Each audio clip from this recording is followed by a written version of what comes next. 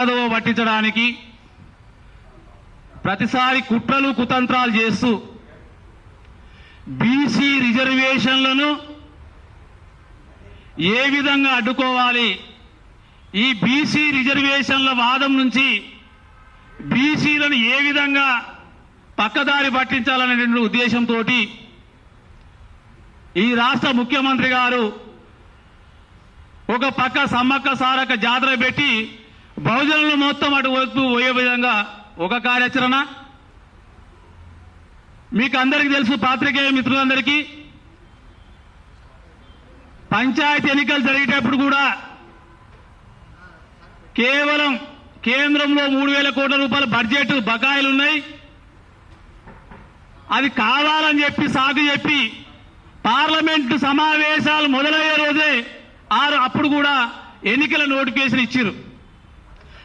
సరే, ఒక పక్క 42% రిజర్వేషన్ అన్నారు, అది ఇవ్వలేదు. పార్టీ పరంగా ఇస్తున్నారు, అది ఇవ్వలేదు. పెద్ద ఎత్తున కేంద్రం మీద పోరాటం చేస్తామన్నారు, ఏ ఒక్క రోజు కూడా పార్లమెంట్లో పోరాటం చేయలేదు.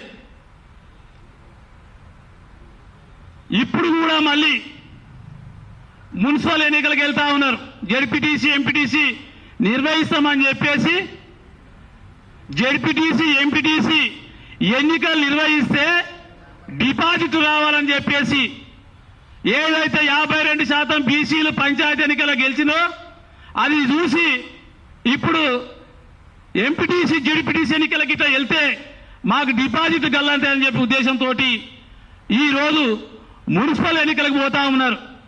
మేము అడుగుతా ఉన్నాం ఈ రాష్ట్ర ముఖ్యమంత్రి రేవంత్ రెడ్డి గారికి, అయ్యా ముఖ్యమంత్రి గారు, ఆ రోజు 3,000 కోట్ల రూపాయల బడ్జెట్ ఉందని చెప్పిపోయినావు, మరి ఇప్పుడు ఏమని ఏం తొందర వచ్చిందని చెప్పి ఈ ఎన్నికలు నిర్వహణ చేస్తా ఉన్నారు? ఎందుకు నోటిఫికేషన్ ఇచ్చారు? నిన్ననే పార్లమెంట్ సమావేశాలు మొదలైనాయి కదా, ఎందుకు పార్లమెంట్లో బీసీ రిజర్వేషన్ల మీద ప్రస్తావించాలని చెప్పేసి మీకు ఆలోచన రావట్లేదు? ఒక పక్క రాష్ట్ర ప్రభుత్వం చెప్పారు, బీసీలు రౌండ్ టేబుల్ సమావేశం పెడితే ఆ సమావేశాలకు బీజేపీ పార్టీ వాళ్ళు వచ్చి పక్కన కూర్చుంటారు, బీఆర్ఎస్ పార్టీ వాళ్ళు వచ్చి పక్కన కూర్చుంటారు, కమ్యూనిస్టు పార్టీ వాళ్ళు వచ్చి కూర్చుంటారు. మరి మీరందరూ పక్కన కూర్చొని మద్దతు తెలుపుతున్నప్పుడు ఈ 42% రిజర్వేషన్లు ఇవ్వకుండా ఈ రాష్ట్ర ప్రభుత్వం ఎన్నికలకు పోతా ఉంటే ఈ బీజేపీ పార్టీ కానీ బీఆర్ఎస్ పార్టీ కానీ ఏం చేస్తా ఉన్నాయని చెప్పేసి మేము ఈరోజు వాళ్ళని ప్రశ్నించదలుచుకున్నాం. ఈరోజు గోడ మీద పిల్లల్లాగా మీరందరూ కుమ్మక్క అయిపోయి కావాలని చెప్పేసి బీసీ రిజర్వేషన్లను అడ్డుకోవాలనే కుట్ర మీరందరూ కలుపుకొని ఈరోజు బీసీ రిజర్వేషన్లు అడ్డుకుంటా ఉన్నారు. ఒక పక్క ఈరోజు కవితమ్మ గారు రౌండ్ టేబుల్ పెట్టింది.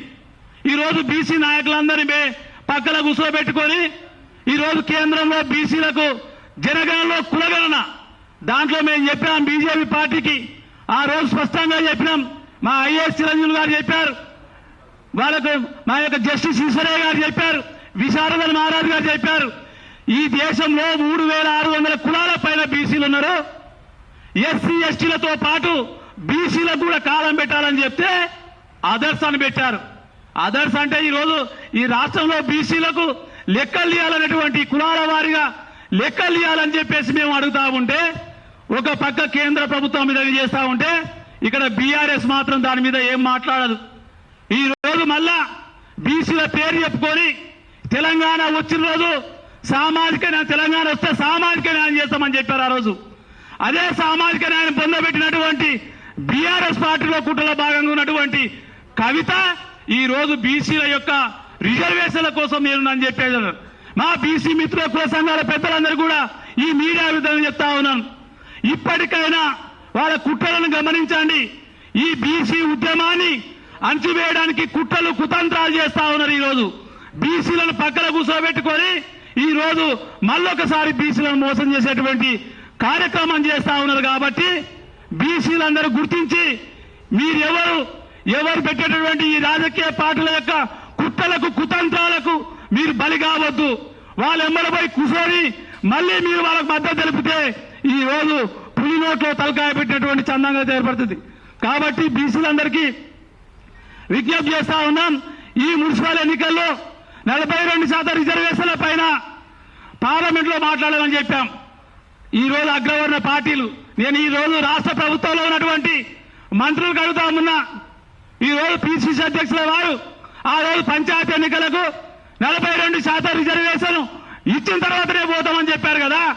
మరి పిసిసి అధ్యక్షులు మహేష్ కుమార్ గౌడ్ గారు ఎందుకు మాట్లాడతలేరు ఈ 42% రిజర్వేషన్ల పైన? ఈ రాష్ట్ర మంత్రి అయినటువంటి పొన్నం ప్రభాకర్ గారు, BC welfare minister Ponnam Prabhakar Goud గారు ఈ రిజర్వేషన్ల మీద ఎందుకు మాట్లాడలేకపోతా ఉన్నారు? క్యాబినెట్ లో ఎందుకు ప్రస్తావించలేకపోతా ఉన్నారు? దీన్ని ఎందుకు ఎండగట్టలేకపోతా ఉన్నారు? ఎంతో మంది నలుగురు బీసీ మంత్రులుండి, ఎమ్మెల్యేలుండి, ఎంపీలుండి వాళ్ళు చేసినటువంటి రాష్ట్ర ప్రభుత్వం తీసుకున్నటువంటి నిర్ణయానికి మీరందరూ గంగిరెద్దులాగా తలకాయ ఊపితే ఈ రోజు రాష్ట్రంలో ఉన్నటువంటి 56% ఉన్నటువంటి బీసీల బతుకులు రోడ్ల మీద పడతా ఉంటే మీకు పదవులే ముఖ్యమా?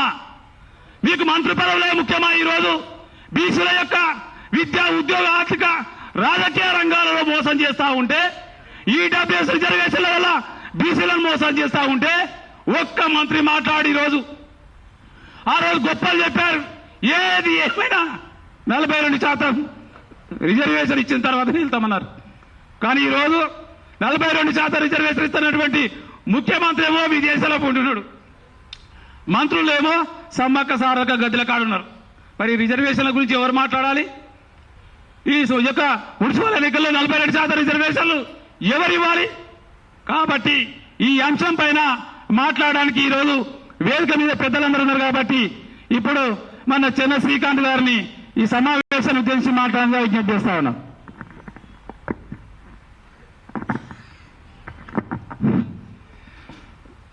వేదికను అలంకరించిన పెద్దలు, BC intellectual forum chairman retired IAS Chiranjeevi sir, అదేవిధంగా BC political front chairman Balagoni Balaraju Goud అన్న, ఇంకా ఇతర పెద్దలందరికీ కూడా బీసీ ఉద్యమాభినందనలు తెలియజేసుకుంటూ, ఈరోజు 42% రిజర్వేషన్స్ ఇచ్చిన తర్వాతనే ఎన్నికలు నిర్వహిస్తామని కామారెడ్డి డిక్లరేషన్లో పేర్కొన్న కాంగ్రెస్ పార్టీ బీసీలను నిలువునా మోసం చేసి మొన్నటికి మొన్న గ్రామ పంచాయతీ ఎన్నికలు నిర్వహించింది. మళ్ళీ ఇప్పుడు మున్సిపల్ ఎన్నికలకు వెళ్ళడం బీసీలను దగా చేసి బీసీలు అమాయకులు అనే స్థితిలో వీళ్ళు ఏం చేసినా ఏం అడగరు, మాకే ఓట్లు గుద్ది మమ్మల్నే రాజ్యాధికారంలో కూర్చోబెడతారనే మనస్తత్వంతో ఈ అగ్రకుల పార్టీలన్నీ కూడా కాంగ్రెస్, బీజేపీ, బీఆర్ఎస్లు మైండ్ గేమ్ ఆడుకుంటూ ఈ రిజర్వేషన్ల అంశాన్ని తప్పుదోవ పట్టిస్తూ ఈ ఎన్నికలకు వెళ్ళడం మేము తీవ్రంగా ఖండిస్తున్నాం. ఈ ఎన్నికలలో అందరు కూడా బీసీ సమాజం మొత్తం కూడా తమ బీసీ వర్గాలకు ఓట్లు వేసుకొని ఈ ఎన్నికల్లో ఈ 3 పార్టీలకు కూడా బుద్ధి చెప్పవలసిన అవసరం ఉన్నది. బీసీలు పట్టణాలలో జరిగేటువంటి మున్సిపాలిటీలు, నగరాలలో జరిగేటువంటి ఎన్నికల్లో రాజకీయ చైతన్యాన్ని ప్రదర్శించి అత్యధిక సీట్లు గెలుచుకోవాలని కోరుతున్నాను. అదేవిధంగా ఈరోజు మార్వాడీలు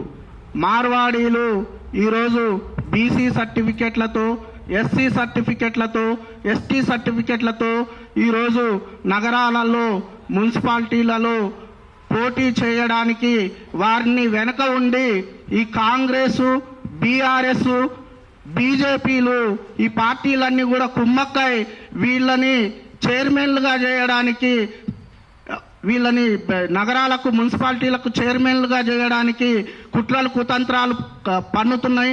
ఈ అగ్రవర్ణాలన్నీ కూడా ఈరోజు తెలంగాణలో అగ్రవర్ణ ఆధిపత్య కులాలన్నీ కూడా మార్వాడీలకు కొమ్ముగాసి ఈ బీసీలకు, ఎస్సీలకు, ఎస్టీలకు రాజకీయంగా తీవ్ర నష్టం చేకూర్చే చర్యలను మేము ఖండిస్తున్నాం. అదే ఎక్కడ కూడా మార్వాడి అగ్రకులాలతో పాటు, ఆధిపత్య కులాలతో పాటు మార్వాడీలు ఎవరు నిలబడ్డా కూడా వాళ్ళని కూడా ఓడించాలని పిలుపునిస్తూ ఈ అవకాశం ఇచ్చిన నాకు ధన్యవాదాలు తెలియజేస్తాను. థ్యాంక్ యూ అన్న. ఇప్పుడు అన్న మన బీసీ పొలిటికల్ ఫ్రంట్ రాష్ట్ర కార్యదర్శి గోలిగిరి గారిని మాట్లాడాల్సిన విజ్ఞప్తి చేస్తాం.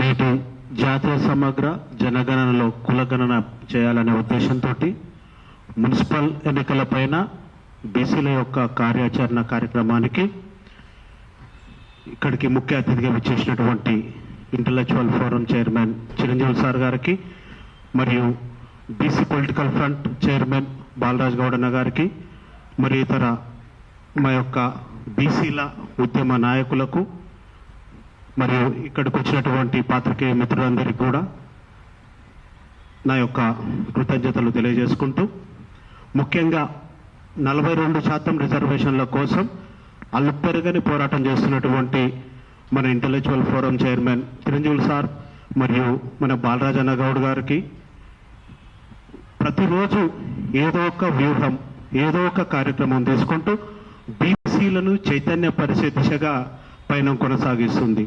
దానిలో భాగంగా ఇప్పుడు ప్రభుత్వం ప్రవేశపెట్టినటువంటి మున్సిపల్ ఎలక్షన్లలో బీసీల వాటా కోసం, బీసీలను చైతన్యపరచడం కోసం, బీసీలను రాజ్యాధికారం వైపు వాళ్ళ యొక్క మార్గదర్శకాలను నిర్దేశించడం కోసం ఈ కార్యక్రమాన్ని నిర్వహిస్తున్నారు. దానికోసం బీసీలందరూ కూడా ఇప్పుడు రాబోయేటువంటి మున్సిపల్ ఎలక్షన్లలో జనరల్ స్థానాలలో కూడా బీసీల యొక్క నాయకులను నిలబెట్టుకొని వారి యొక్క సీటుని వారు కైవసం చేసుకొని రాజ్యాధికారం దిశగా పయనం కొనసాగిస్తూ ప్రభుత్వానికి చెంపపెట్టులా ఇప్పుడు వచ్చేటువంటి మున్సిపల్ యొక్క ఫలితాలు ఉండాలని ఆశాభావం వ్యక్తం చేస్తూ, దానిలో మన యొక్క పొలిటికల్ ఫ్రంట్ ఇంటలెక్చువల్ ఫోరం వారు ఏ నిర్ణయం తీసుకున్నా కూడా వారెంట మేము ఒక సైనికులుగా ఉండి మేము పోరాటం కొనసాగిస్తామని తెలియజేసుకుంటూ, నాకు ఈ అవకాశం ఇచ్చినటువంటి సభాధ్యక్షులు దుర్గన్న గారికి కృతజ్ఞతలు తెలియజేసుకుంటూ సెలవు తీసుకుంటున్నాను. థ్యాంక్ యూ అన్న. ఇప్పుడు బీసీ పొలిటికల్ ఫ్రంట్ ఉపాధ్యక్షులు అన్న నాగభూషణం గారిని మాట్లాడాల్సిన విజ్ఞప్తి.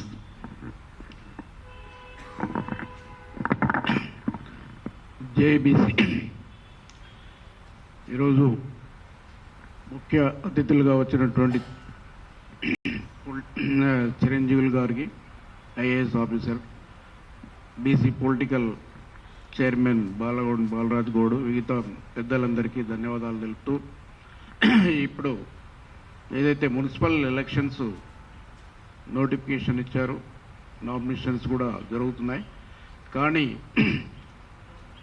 మనకు ఇవ్వవలసినటువంటి వాటా 42% అనేది ఇవ్వలేదు. అధికారికంగా కాంగ్రెస్ పార్టీ నుంచి ఇస్తామంటని చెప్పి వాగ్దానం చేశారు, అది కూడా లేదు. పోతే మన గ్రామ పంచాయతీలలో ఏది విధంగా అయితే గెలిచారో బీసీలు, ఇది ఈ సమయంలో కూడా మున్సిపల్లో కూడా అదే విధంగా గెలుపొందాలని చెప్పి ఆశిస్తున్నాం. ఎందుకంటే వాళ్ళు ఎన్ని రకాలుగా మనం ఉద్యమాలు చేసినా ఏం చేసినా వాళ్ళు నామమాత్రానికే కల్పిస్తున్నారు. కాబట్టి వాటిని మనము ఎదుర్కోవడమే మన గొప్పతనం అని నేను భావిస్తూ ఈ యొక్క అవకాశం ఇచ్చినటువంటి పెద్దలకు ధన్యవాదాలు తెలుపుతూ ముగిస్తున్నాను. థ్యాంక్ యూ అన్న. ఇప్పుడు గేట్ హైదరాబాద్ అధ్యక్షులు అన్న దామోదర్ గారిని మాట్లాడాల్సిన విజ్ఞప్తి చేస్తాం. ఈరోజు బీసీ ఇంటలెక్షన్ ఫోరం, అదేవిధంగా బీసీ పొలిటికల్ ఫ్రంట్ ఆధ్వర్యంలో ఈ యొక్క సమావేశం ముఖ్య అతిథులుగా మరి ఐఏఎస్ అధికారి చైర్మన్ చిరంజీవులు గారు, అదేవిధంగా political front chairman Balraj Goud గారు, అదే కమిటీ సభ్యులు, అదే ఈ బీసీ సంఘాల యొక్క పెద్దలందరూ, వేదిక మీద ప్రతి ఒక్కరికి మీడియా మిత్రుల యొక్క ధన్యవాదాలు తెలియజేస్తూ, ఈరోజు ఏర్పాటు చేసిన గతంలో మరి 42% రిజర్వేషన్ వచ్చిన తర్వాతనే ఎన్నికలు పెడతామని చెప్పి ఎన్ని ఉద్యమాలు చేసినప్పటికీ మరి సర్పంచులు ఆ విధంగా ఇవ్వకుండా ఎన్నికలు పెట్టారు. ఇప్పుడు కూడా ఆ యొక్క 42% రిజర్వేషన్ డిక్లేర్ చేయకముందనే మళ్ళీ మున్సిపాలిటీ ఎన్నికలు పెట్టడం జరిగింది.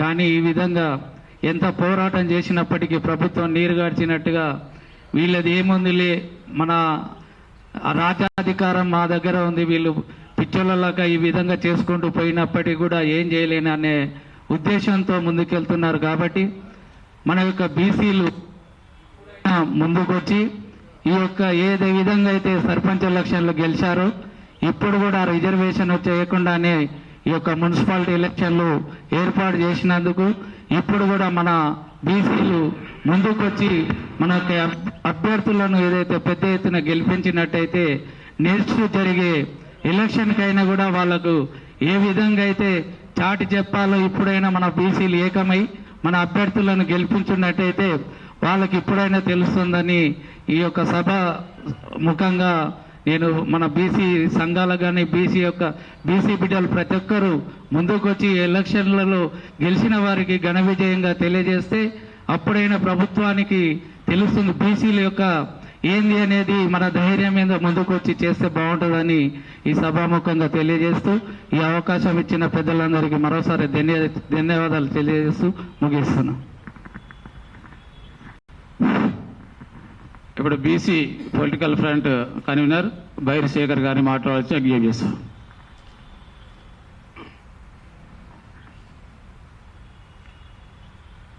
జాతీయ సమగ్ర జనగణనలో బీసీ కులగణన అనేటటువంటి ఒక కాలం లేకపోవటం అత్యంత బాధాకరమైన విషయం.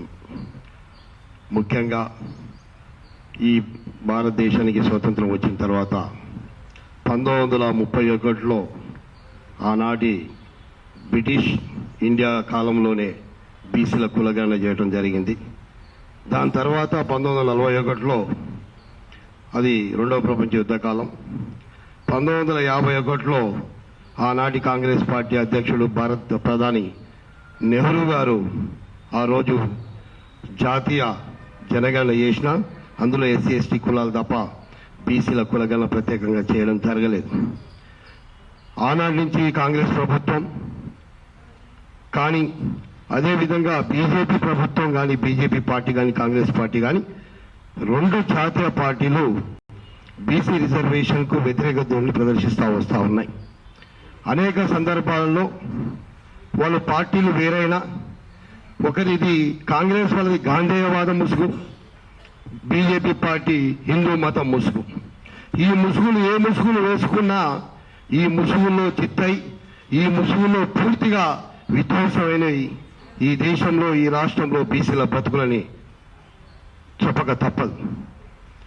మిత్రులారా, 95 సంవత్సరాలుగా స్వతంత్ర భారతదేశంలో బీసీలు ద్వితీయ శ్రేణి పౌరులుగా బతకడం జరుగుతూ ఉంది.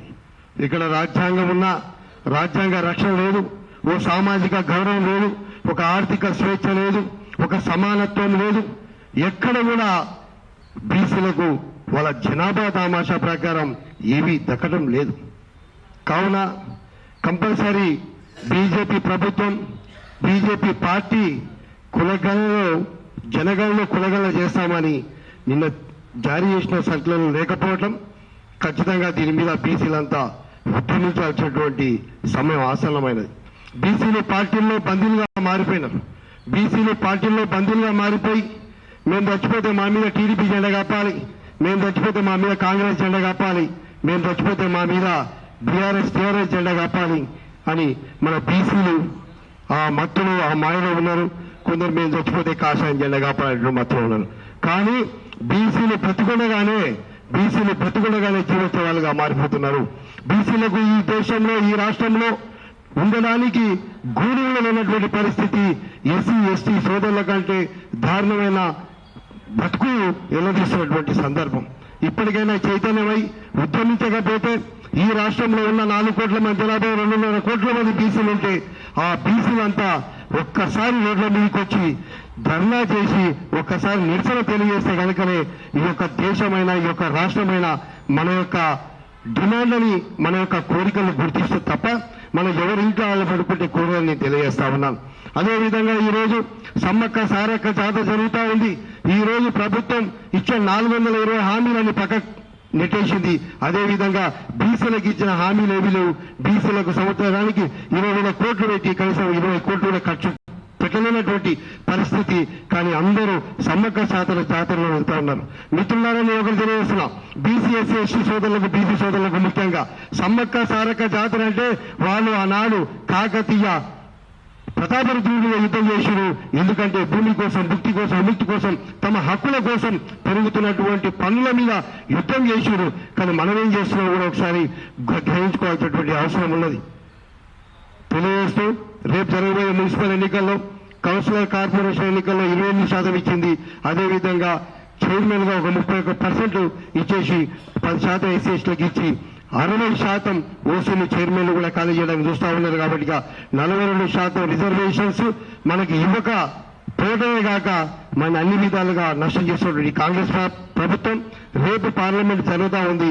ఆ పార్లమెంట్ లో ఖచ్చితంగా 9th షెడ్యూల్ కోసం మాట్లాడాల్సినటువంటి అవసరం ఉందని డిమాండ్ చేస్తూ కంపల్సరీ ఇక్కడి నుంచి రేవంత్ రెడ్డి గారు ఖచ్చితంగా అఖిలపక్ష పార్టీలను తీసుకొని, ప్రజా సంఘాలను తీసుకొని పోయి అక్కడ పార్లమెంట్ లో మాట్లాడించాల్సినటువంటి అవసరం ఉన్నది. అదేవిధంగా ఈ రాష్ట్రంలో జరగబోయే మున్సిపల్ ఎన్నికల్లో ఖచ్చితంగా మా బీసీ పొలిటికల్ పార్టీ తరఫున, మా బీసీ ఇంటలెక్చువల్ ఫోరం తరఫున కంపల్సరీ ఊరు తిరుగుతాం. ఖచ్చితంగా అన్ని మున్సిపల్ కార్పొరేషన్లు తిరుగుతాం. ఖచ్చితంగా మా అభ్యర్థులను గెలిపించుకుంటాం. ఏ విధంగా అయితే గ్రామ పంచాయతీ ఎన్నికల్లో 52% గెలిచిరో సర్పంచులు, అదేవిధంగా 50 నుంచి ఈసారి దగ్గర 60% బీసీలు పోటీ చేసి కోరుకుంటూ నాకు ఈ అవకాశం ఇచ్చినటువంటి మా బీసీ పొలిటికల్ ఫండ్ ఇంటలెక్చువల్ ఫోరానికి ధన్యవాదాలు తెలియజేస్తాను. థ్యాంక్ యూ శేఖర్ గారు. ఇప్పుడు బీసీ పొలిటికల్ ఫ్రంట్ కన్వీనర్ అన్న విజయ్ కుమార్ గౌడ్ గారిని మాట్లాడాల్సిందిగా విజ్ఞప్తి చేస్తుంది.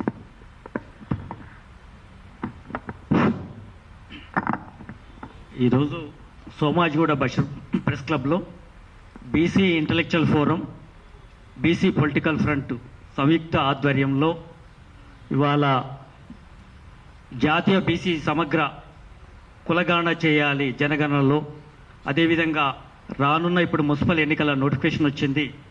దీని మీద బీసీల పాత్ర, బీసీల భవిష్యత్ అనే దాని మీద పాత్రికేయ సమావేశానికి అధ్యక్షత వహిస్తున్నటువంటి సోదరులు దుర్గయ్య గౌడ్, అదేవిధంగా పెద్దలు, ముఖ్య అతిథులు గౌరవనీయులు చిరంజీవులు ఐఏఎస్ గారు, అదేవిధంగా పెద్దలు బాలగోని బాలరాజ్ గౌడ్ గారు బీసీ పొలిటికల్ ఫ్రంట్ చైర్మన్ గారు, అదేవిధంగా వేదిక మీద ఉన్న ఉద్యమ నాయకులు బైరి శేఖర్ గారు, అంబాల నారాయణ గౌడ్ గారు, చెన్న శ్రీకాంత్ గారు, అదేవిధంగా సత్యేందర్ గారు, యాదగిరి గౌడ్ గారు, అదేవిధంగా నాగభూషణం గారు, దామోదర్ గారు, అనిల్ గారు, రాజు గారు, అదేవిధంగా సత్తయ్య గారు, వేదిక మీద ఉన్న పెద్దలందరికీ పేరు పేరున ఉద్యమ నమస్కారాలు. ఈరోజు వాస్తవానికి కేంద్ర ప్రభుత్వం జాతీయ స్థాయిలో కులగణన చేస్తానని చెప్పి, జనగణన చేస్తానని చెప్పిన విషయం మనం అందరం చూసాం. అందులో భాగంగా ఈ రాష్ట్రంలో బీసీలు ఒకవైపు పోరాటం చేస్తూ ఉంటే, బీసీల అంశాల పట్ల కాంగ్రెస్ పార్టీ జాతీయ విధానం రాహుల్ గాంధీ గారైతే కులగణన చేయాలి, ఎంత జనాభా ఉంటే అందరికీ అంత వాటా అని చెప్పేసి, ఇట్లా ఇసాక ఇట్లా భాగ్యదారు అని చెప్పేసి ఒకవైపు యాత్ర చేస్తూ జోడో యాత్ర పేరు మీద మాట్లాడిన సందర్భం చూశాం. దానికి అనుగుణంగా స్పందించిన బీజేపీ పార్టీ రాబోయే జనగణనలో కులగణన చేస్తా అని చెప్పేసి మాట్లాడిన సందర్భంగా చూశాం. కానీ ప్రాక్టికల్ గా వచ్చేసరికి వాళ్ళు ఇచ్చే నోటిఫికేషన్లో కానీ విధి విధానంలో కానీ ఎక్కడ కూడా ఎస్సీ ఎస్టీలు అదర్స్ అని చెప్పేసి ఒక కాలం పెట్టి ఓబీసీలని ఎత్తివేసిన సంఘటన మనం చూసాం. అంటే బీసీల పట్ల సమగ్ర విధానం లేదు, సమగ్ర శాస్త్రీయ దృక్పథం లేదు, వాళ్ళకి ఎలాంటి కూడా వీళ్ళ మీద మమకారం, ప్రేమ లేదు. కేవలం బీసీలు అంటే ఇది ఒక వాళ్ళు ఓట్లేసే యంత్రాలుగా బీజేపీ పార్టీ చూస్తూ ఉంది. రాష్ట్రంలో ఉన్నటువంటి బీజేపీ పార్టీ ఎక్కడ స్పందించలేదు బీసీ ఉద్యమం నడుస్తూ ఉంటే.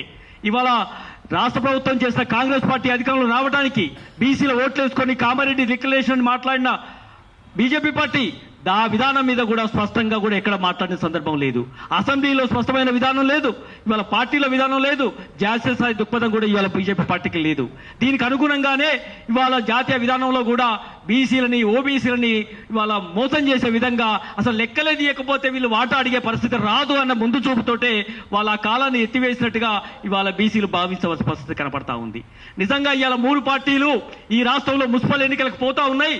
ఇవాళ ఈ కాంగ్రెస్, బీజేపీ, బీఆర్ఎస్ 3 పార్టీలు బీసీ సమాజానికి క్షమాపణ చెప్పాలి. బీసీ క్షమాపణ చెప్పిన తర్వాతనే ఎన్నికలకు వెళ్తామని చెప్పాల్సిన అవసరం ఉంది. కానీ ఒకవైపు ఉద్యమం నడుస్తూ ఉంటే ఉద్యమాన్ని నీరుగారుస్తూ బీసీల జనాభా ఎంత ఉంటే అంత ఇస్తాము కాంగ్రెస్ పార్టీ చెప్పింది కదా దాని మీద అమలు చేస్తలేరని చెప్పేసి బీజేపీ బీఆర్ఎస్ ప్రత్యక్షమైన పోరాటాలు చేయాల్సిన అవసరం ఉండేది. అధికార పార్టీ మోసాన్ని ప్రజల్లో ఎండగట్టవలసిన అవసరం ఉండేది. కానీ ఆ రెండు పార్టీలు చేస్తలేవు అని అంటే మూడు పార్టీలు ఒకటే అనేది మాకు అర్థమవుతా ఉంది. మూడు పార్టీల విధానం బీసీల వ్యతిరేక విధానమే కనపడతా ఉంది. బీసీలను ద్రోహం చేయడం కోసం, బీసీలను మభ్యపెట్టడం కోసం ఈ రాష్ట్రంలో ఉన్న బీసీ సమాజం 2.5 కోట్ల మంది వేస్తున్నారో వాళ్ళందరినీ ఓటు బ్యాంక్గా చూసి అధికారం వచ్చేంత వరకు ఒకటి, అధికారం వచ్చిన తర్వాత మరో రకంగా వాళ్ళ ప్రవర్తన కనపడతా ఉంది. అధికార పార్టీ చాలా చెప్పింది, మేము బీసీల పట్ల, సామాజిక న్యాయం పట్ల కామారెడ్డి కట్టుబడి ఉన్నాం, ఎన్నికలు ఇవ్వాలి అంటే రిజర్వేషన్లు ఇచ్చిన తర్వాతనే మేము ఎన్నికలు పోతాం, 3,000 కోట్ల రూపాయలు ఆగిపోయాయి కాబట్టి ఎన్నికలు వెళ్తామని చెప్పిన పార్టీ ఇవాళ సర్పంచ్ ఎన్నికలు రిజర్వేషన్ ఇవ్వకుండా పోయింది. ఇవాళ మున్సిపల్ ఎన్నికలకు వచ్చినాయి, నోటిఫికేషన్ వస్తూ ఉంది, ఇవాళ వచ్చింది. కానీ ఏ కోట్ల కోసం మీరు మున్సిపల్ ఎన్నికలు నిర్వహిస్తా ఉన్నారు? ఏ ఆదాయం కోసం? ఏ కేంద్ర ప్రభుత్వం నుంచి రావాలి కదా, దానికి దీనికి సంబంధం లేదు కదా. నిన్న మొన్న ఎన్నిపోయిన మున్సిపల్ ఎన్నికల కోసం ఇప్పుడే ఆదరాబాద్రగా నోటిఫికేషన్ ఎందుకు ఇచ్చారో, బీసీ విధానం ఏందో చెప్పకుండా, బీసీ రిజర్వేషన్లను అటక మీద పెట్టి, బీసీల గురించి మాట్లాడకుండా, బీసీల అంశం ముగిసిన అధ్యయనం లాగా వాళ్ళు దాన్ని ఉసే ఎత్తకుండా ఎన్నికలకు వెళ్తా ఉన్నారు. అందులో డెడికేషన్ కమిషన్ ఇచ్చిన నివేదిక ప్రకారమే మేము ఎన్నికలకు పోతామని చెప్పేసి ఒక రిపోర్ట్ ఎన్నికల కమిషన్ పంపించింది. నువ్వు నిజంగా కులగణన చేసిన విధానం ఏదైతుందో ఈ రోజు పబ్లిక్ డొమైన్లో పెట్టకుండా, ఏ కులం ఎంతుందో లెక్కనే చేర్చకుండా 30% రిజర్వేషన్ ఎట్లా కేటాయించవో ఇవాళ బీసీ సమాజం ప్రశ్నిస్తా ఉంది. దీనికి అధికార పార్టీతో పాటు ఇతర పార్టీలు కూడా, ప్రతిపక్ష పార్టీలు కూడా సమాధానం చెప్పాల్సిన అవసరం ఉంది. జనాభా ఎంతో లెక్కలు తెలియకుండా గత 10 ఏళ్లలో అధికార పార్టీగా ఉన్నటువంటి గత ప్రభుత్వం జనాభా లెక్కలు తీసి బయట పెట్టలేదు. వాళ్ళు పెట్టలేదని మాట్లాడిన మీరు కూడా అదే చేస్తున్నారు కదా.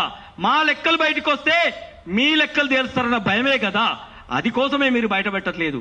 మా హక్కుల కోసం, ఇవాళ రిజర్వేషన్ కోసం మేము మొదటి నుంచి మా చిరంజీవి సారు, మా బాలరాజన్ వీళ్ళందరూ చెప్తా ఉన్నారు. తమిళనాడు రాష్ట్రంలో అమలైతా ఉన్నాయి, ఈ రాష్ట్రంలో అమలు కావడానికి ఒక మార్గం ఉంది. 9వ షెడ్యూల్లో పెట్టి ఆర్టికల్ ద్వారా రాజకీయ సవరణ ద్వారా అవుతుంది, అది కేంద్ర ప్రభుత్వంలో ఉంది అని చెప్పినప్పుడు అది పెడచెవున పెట్టి డెడికేషన్ కమిషన్ లేకపోతే జీవో, ఆర్డినెన్స్, రకరకాల రాజకీయ విన్యాసాలు చేశారు కదా. ఆ విన్యాసాలు చేసి ఇప్పుడు ఏమంటా ఉన్నారు, కేంద్ర ప్రభుత్వం పరిధిలో ఉంది అంటున్నారు. కేంద్ర ప్రభుత్వం పరిధిలో ఉన్నప్పుడు దాన్ని కదిలించవలసింది, దాన్ని సాధించవలసింది ఈ రాష్ట్రంలో అధికార పార్టీది, ఇవాళ ప్రతిపక్ష పార్టీలను ఏకం చేసుకొని. తమిళనాడులో అదే జరిగింది కదా, ఇక్కడ జరగడానికి అవకాశం ఉంది అన్నప్పుడు దాని గురించి ఎక్కడ మాట్లాడతలేరు.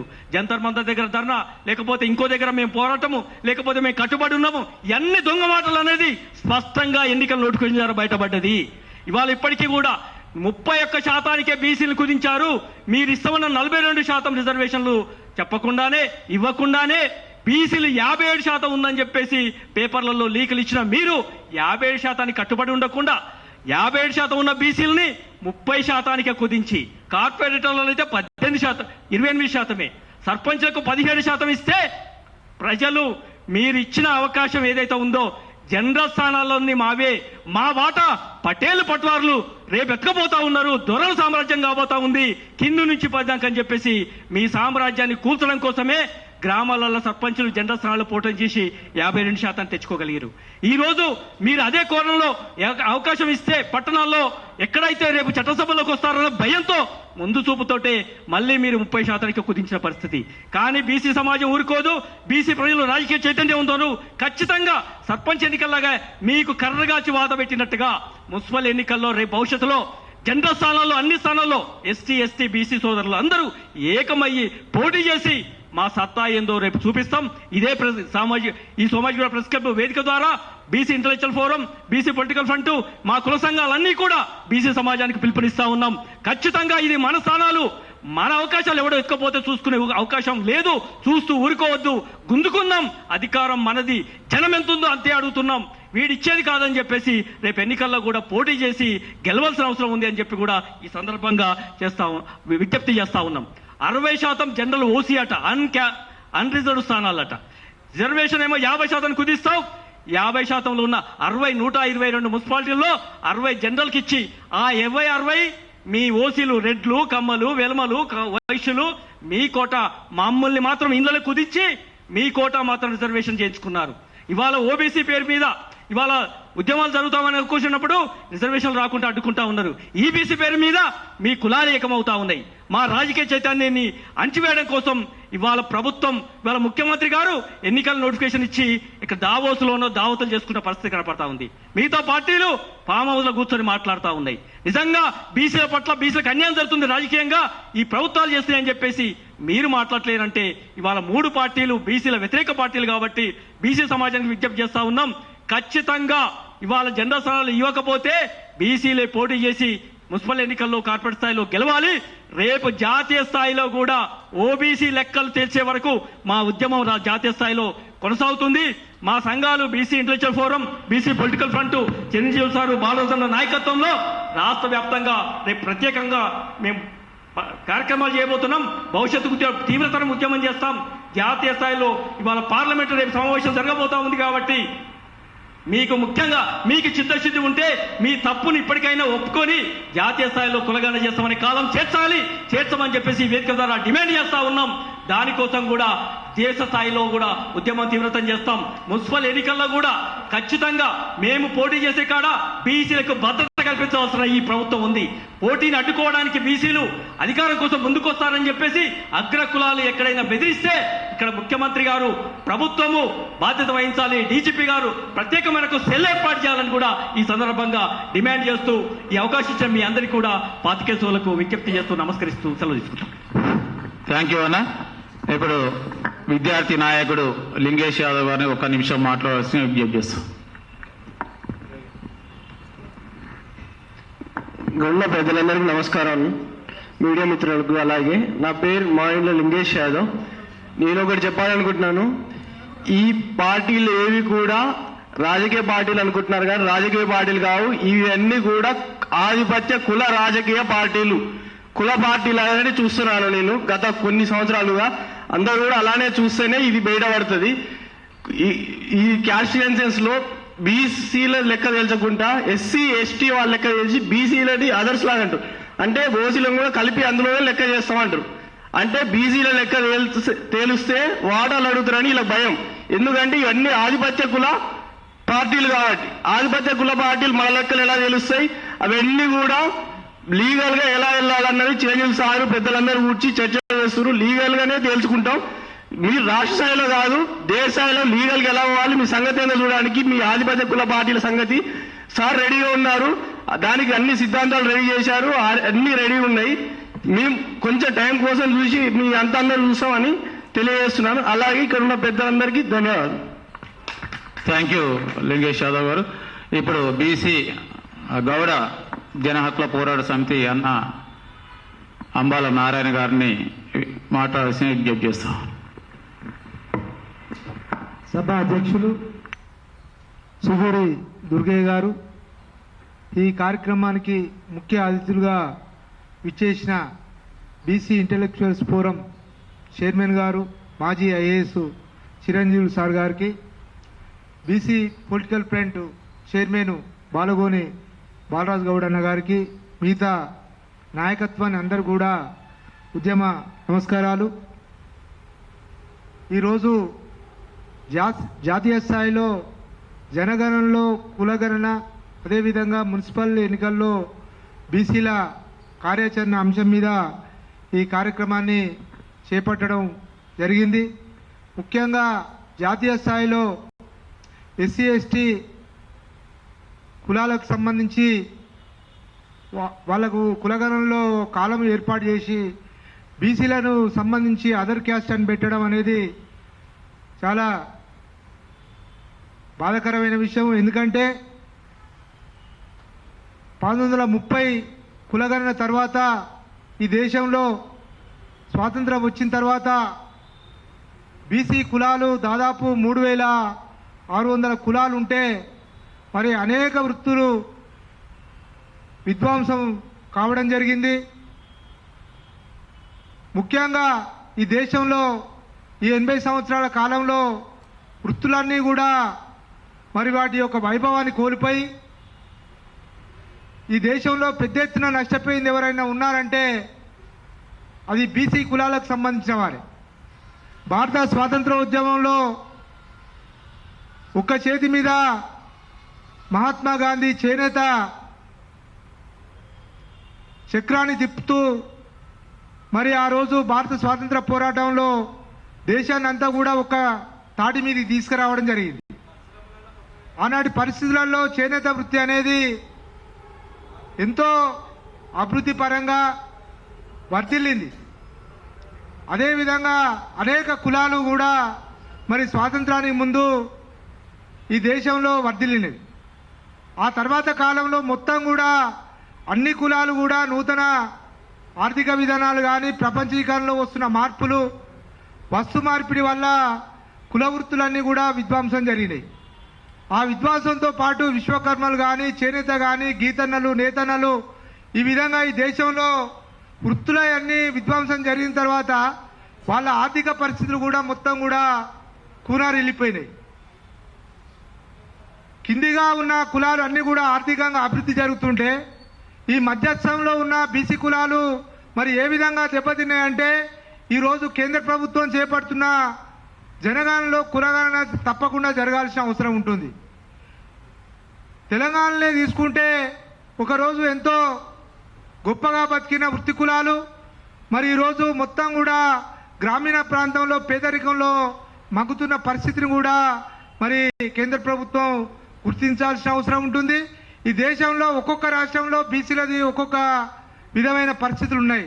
కాబట్టి తెలంగాణ రాష్ట్రంలో వాళ్ళ కులగణన చేపడితే మరి పెద్దలు చిరంజీవి సార్ లాంటి వాళ్ళ యొక్క సూచనలు, సలహాలు కూడా కేంద్ర ప్రభుత్వం తీసుకోవాల్సిన అవసరం ఉంటుంది. ఎందుకంటే ఈ దేశంలో బీసీ కులాలు ఏ విధంగా దెబ్బతిన్నాయో తెలంగాణలో దాదాపు 60% ఉన్న బీసీ కులాలు కూడా మొత్తం పెద్ద ఎత్తున విచ్ఛిన్నమైనవి. కాబట్టి ఇక్కడ వాళ్ళ యొక్క పరిస్థితులను ప్రత్యేకంగా అంచనా వేయడానికి ఒక నిపుణుల కమిటీ వేయాల్సిన అవసరం ఎంతైనా ఉందని చెప్పి మేము ఈ వేదిక ద్వారా తెలియజేస్తున్నాం.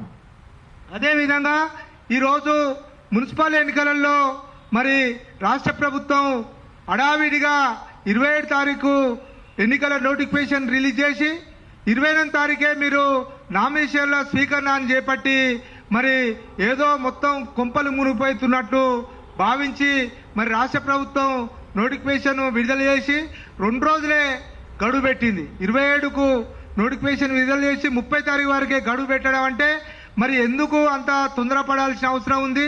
కనీసం అభ్యర్థులు తలదిప్పుకోకుండా, గుక్క తిప్పుకోకుండా వాళ్ళ పరిస్థితులను పెట్టి మరి నామినేషన్లను స్వీకరించడం అనేది మరి ఆ గడువును కూడా పొడిగించాల్సిన అవసరం ఉంటుంది. 30 తారీఖు కాకుండా మనకు 4 తారీఖు వరకు గడువు పొడిగించాల్సిన అవసరం ఉందని చెప్పి కూడా ఈ సందర్భంగా మేము బీసీ పొలిటికల్ ఫ్రంట్గా, ఇంటెలెక్చువల్స్ ఫోరంగా ప్రభుత్వాలను అదేవిధంగా ఎన్నికల కమిషన్ను డిమాండ్ చేస్తున్నాం. ఎందుకంటే రాజకీయ పార్టీలు కూడా ఇప్పటి వరకు మరి ఏ పార్టీ కూడా మేము బీసీలకు వాళ్ళు 56% ఉన్నారు, వాళ్ళ శాతానికి సంబంధించి 56% రిజర్వేషన్లు ఇస్తామని చెప్పి ఇప్పటికీ ప్రకటించకపోవడం, మరి రాజకీయ పార్టీలను కూడా బీసీ పొలిటికల్ ఫ్రంట్గా, ఇంటెలెక్చువల్స్ ఫోరంగా మేము ప్రశ్నిస్తున్నాము. మీరు వెంటనే మీ యొక్క పార్టీలు ఒక శ్వేతపత్రం విడుదల చేసి ఇప్పుడు పోటీ చేస్తున్న 136 మున్సిపాలిటీలో మరి మీరు ఏ పార్టీ ఎన్ని సీట్లు బీసీలకు ఇస్తున్నారు అనేది మరి వెంటనే విడుదల చేయాలని చెప్పి కూడా ఈ సందర్భంగా డిమాండ్ చేస్తున్నాము. ఇంకా మనకు చాలా అంశాలు ఈరోజు ఉన్నాయి. పెద్దలు విజయ్ కుమార్ చెప్పినట్లు మరి మున్సిపల్ ఎన్నికల్లో బీసీలు చైతన్యం పెరిగింది. మన జరిగిన సర్పంచ్ ఎన్నికల్లో దాదాపు జనరల్ స్థానాల్లో పోటీ చేసి మరి చాలా స్థానాల్లో వాళ్ళు గెలవడం జరిగింది. మరి మున్సిపల్ ఎన్నికల్లో కూడా పోటీ చేయడానికి సిద్ధపడుతున్న బీసీ అభ్యర్థుల మీద దాడులు చేసే ప్రయత్నం ఉంది. కాబట్టి మరి బీసీ అట్రాసిటీ చట్టం, బీసీ భద్రతా చట్టం కూడా ఈ సందర్భంగా తీసుకురావాలని, మరి అలా కాకపోతే బీసీలు అనేక రకాలుగా నష్టపోయే అవకాశం ఉందని చెప్పి కూడా ఈ సందర్భంగా తెలియజేస్తూ మరి రానున్న ఈ మున్సిపల్ ఎన్నికల్లో బీసీ పొలిటికల్ ఫ్రంట్గా మేము అనేక ప్రాంతాల్లో తిరిగి బీసీలను చైతన్యం చేసే ఒక కార్యక్రమాన్ని కూడా రూపొందించి ముందుకు వెళ్తామని చెప్పి కూడా ఈ సభ ద్వారా తెలియజేస్తూ ఈ అవకాశం ఇచ్చినందుకు ధన్యవాదాలు తెలుపుతూ ముగిస్తున్నాను. థ్యాంక్ యూ అన్న. ఇప్పుడు పెద్దలు బీసీ పొలిటికల్ ఫ్రంట్ చైర్మన్ అన్న బాలగొని బాలరాజు గౌడ్ గారిని మాట్లాడవలసిందిగా విజ్ఞప్తి చేస్తా ఉన్నా. పత్రికా మిత్రులకు, మీడియా సోదరులకు హృదయపూర్వక నమస్కారం. ఈరోజు ముఖ్య ఉద్దేశం ఏంటంటే జనగణనలో కులగణన జరగాలనే దాని మీద, మరియు మున్సిపాలిటీల్లో 42% రిజర్వేషన్ అనేది ఇవ్వకుండా 3 పార్టీలు కూడా బీసీలనంతా మోసం చేసుకుంటా రిజర్వేషన్ అనేది నామమాత్రంగా కామారెడ్డిలో చెప్పిన మాట తప్పిన కాంగ్రెస్ పార్టీ. ఎందుకంటే కాంగ్రెస్ పార్టీ అనేది బడుగు బలహీన వర్గాలను ఈ 78 సంవత్సరాల నుంచి మోసానికి గురి చేస్తూనే ఉంది. ప్రభుత్వం రావాలంటేనేమో బీసీలను వాడుకుంటుంది ఓటు బ్యాంక్గా. ప్రభుత్వం వచ్చినాకనేమో ఈ విధంగా వివక్షకు గురి చేస్తుంది. కామారెడ్డిలో మరియు భారత్ జోడో యాత్రలో రాహుల్ గాంధీ గారు ఏం చెప్పారు? జిత్నా హిస్సేదారి ఉత్నా భాగ్యదారి అని. కులగణన జరిగిన తర్వాత 56% బీసీలందరి లెక్క తేలినాక ఆ లెక్క ప్రకారం 42% ఇస్తామని, అది చట్టసభలలో రిజర్వేషన్ అనేది పాటించకుండా మొన్న జరిగిన గ్రామ పంచాయతీ ఎలక్షన్లో కూడా మన రిజర్వేషన్ ఇవ్వకుండా 17%కే పరిమితం చేశారు. కానీ తెలంగాణ రాష్ట్రంలో మన బడుగు బలహీన వర్గాలందరూ కూడా చైతన్యంతో 52% గెలిచి చూపించారు. అయినా ఈ 3 పార్టీలకు బుద్ధి వస్తలేదు. ఈ కాంగ్రెస్ ప్రభుత్వమేమో ప్రజాపాలన మేము చేస్తామని చెప్పి మా కులగణన 56% తేలిన తర్వాత కూడా మేము 31% ఇస్తాము అని మూర్ఖత్వంతో బహుజనులను తక్కువ అంచనా వేస్తుంది. ఇంకా ఈడబ్ల్యూఎస్లనేమో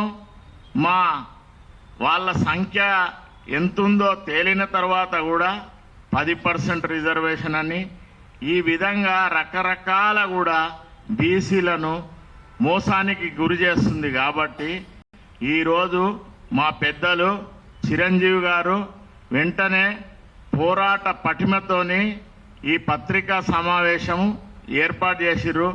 దానికి అధ్యక్షత వహించిన మా దుర్గయ్య అన్న, మా పొలిటికల్ ఫ్రంట్ కన్వీనర్లు ఎలికంటి విజయ్ గారు, అంబాల నారాయణ, మా బీసీ ఇంటలెక్చువల్ ఫోరం కార్యవర్గ సభ్యుడైన చెన్న శ్రీకాంత్ గారు, మా బీసీ పొలిటికల్ ఫ్రంట్ మా సోదరుడు నాగభూషణమన్న, లింగేష్ యాదవ్, మళ్ళా మా ఫ్రంట్ కన్వీనర్ అయిన బైరు శేఖర్ గంగపుత్ర గారు, మా హైదరాబాద్ సిటీ పొలిటికల్ ఫ్రంట్ అధ్యక్షుడైన దామోదర్ గారు, బంటారం యాదగిరి గారు సీనియర్ నాయకులు, మా గోలి గిరి రజక గారు, మా సత్యేందర్ గారు, సత్తయ్య గౌడు, బాలయ్య గౌడు, ఇంకా వేదిక మీద ఉన్న BC political front, BC intellectual senior కార్యవర్గం అంతా కూడా ఈరోజు ప్రత్యేకంగా సమావేశమైనాం.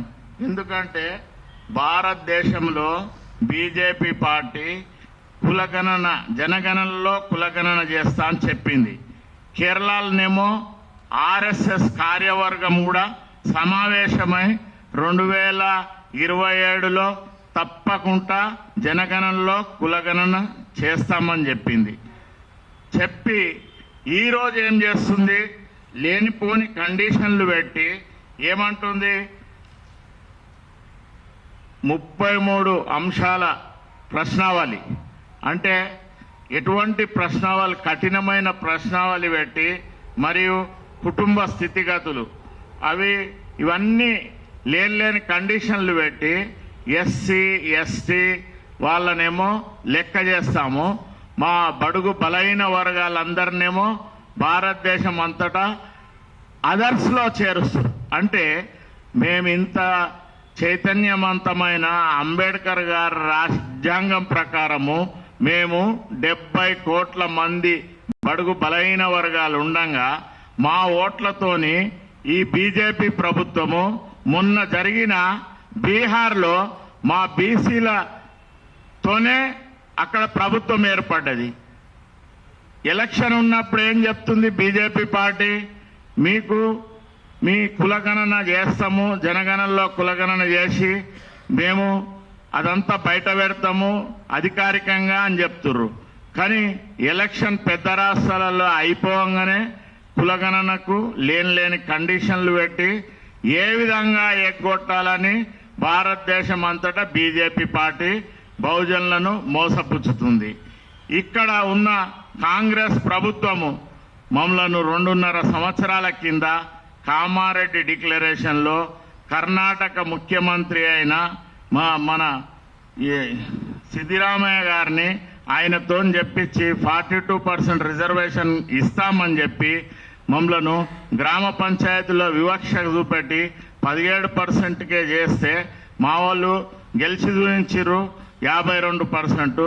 మరి మున్సిపాలిటీలలో కూడా మా మహిళా రిజర్వేషన్ అని ఓసీ మహిళలను కూర్చుండబెట్టే విధంగా ఈ కార్పొరేషన్లైనా మున్సిపాలిటీలైనా అట్లా ప్రణాళిక చేసుకొని 3 పార్టీలు, ఎందుకంటే కేసీఆర్ గారు ఈ బీసీ రిజర్వేషన్ గురించి ఒక్క మాట కూడా మాట్లాడాడు. అసెంబ్లీలో చర్చ పెట్టినప్పుడేమో మద్దతు తెలుపుతారు బీఆర్ఎస్ బీజేపీ.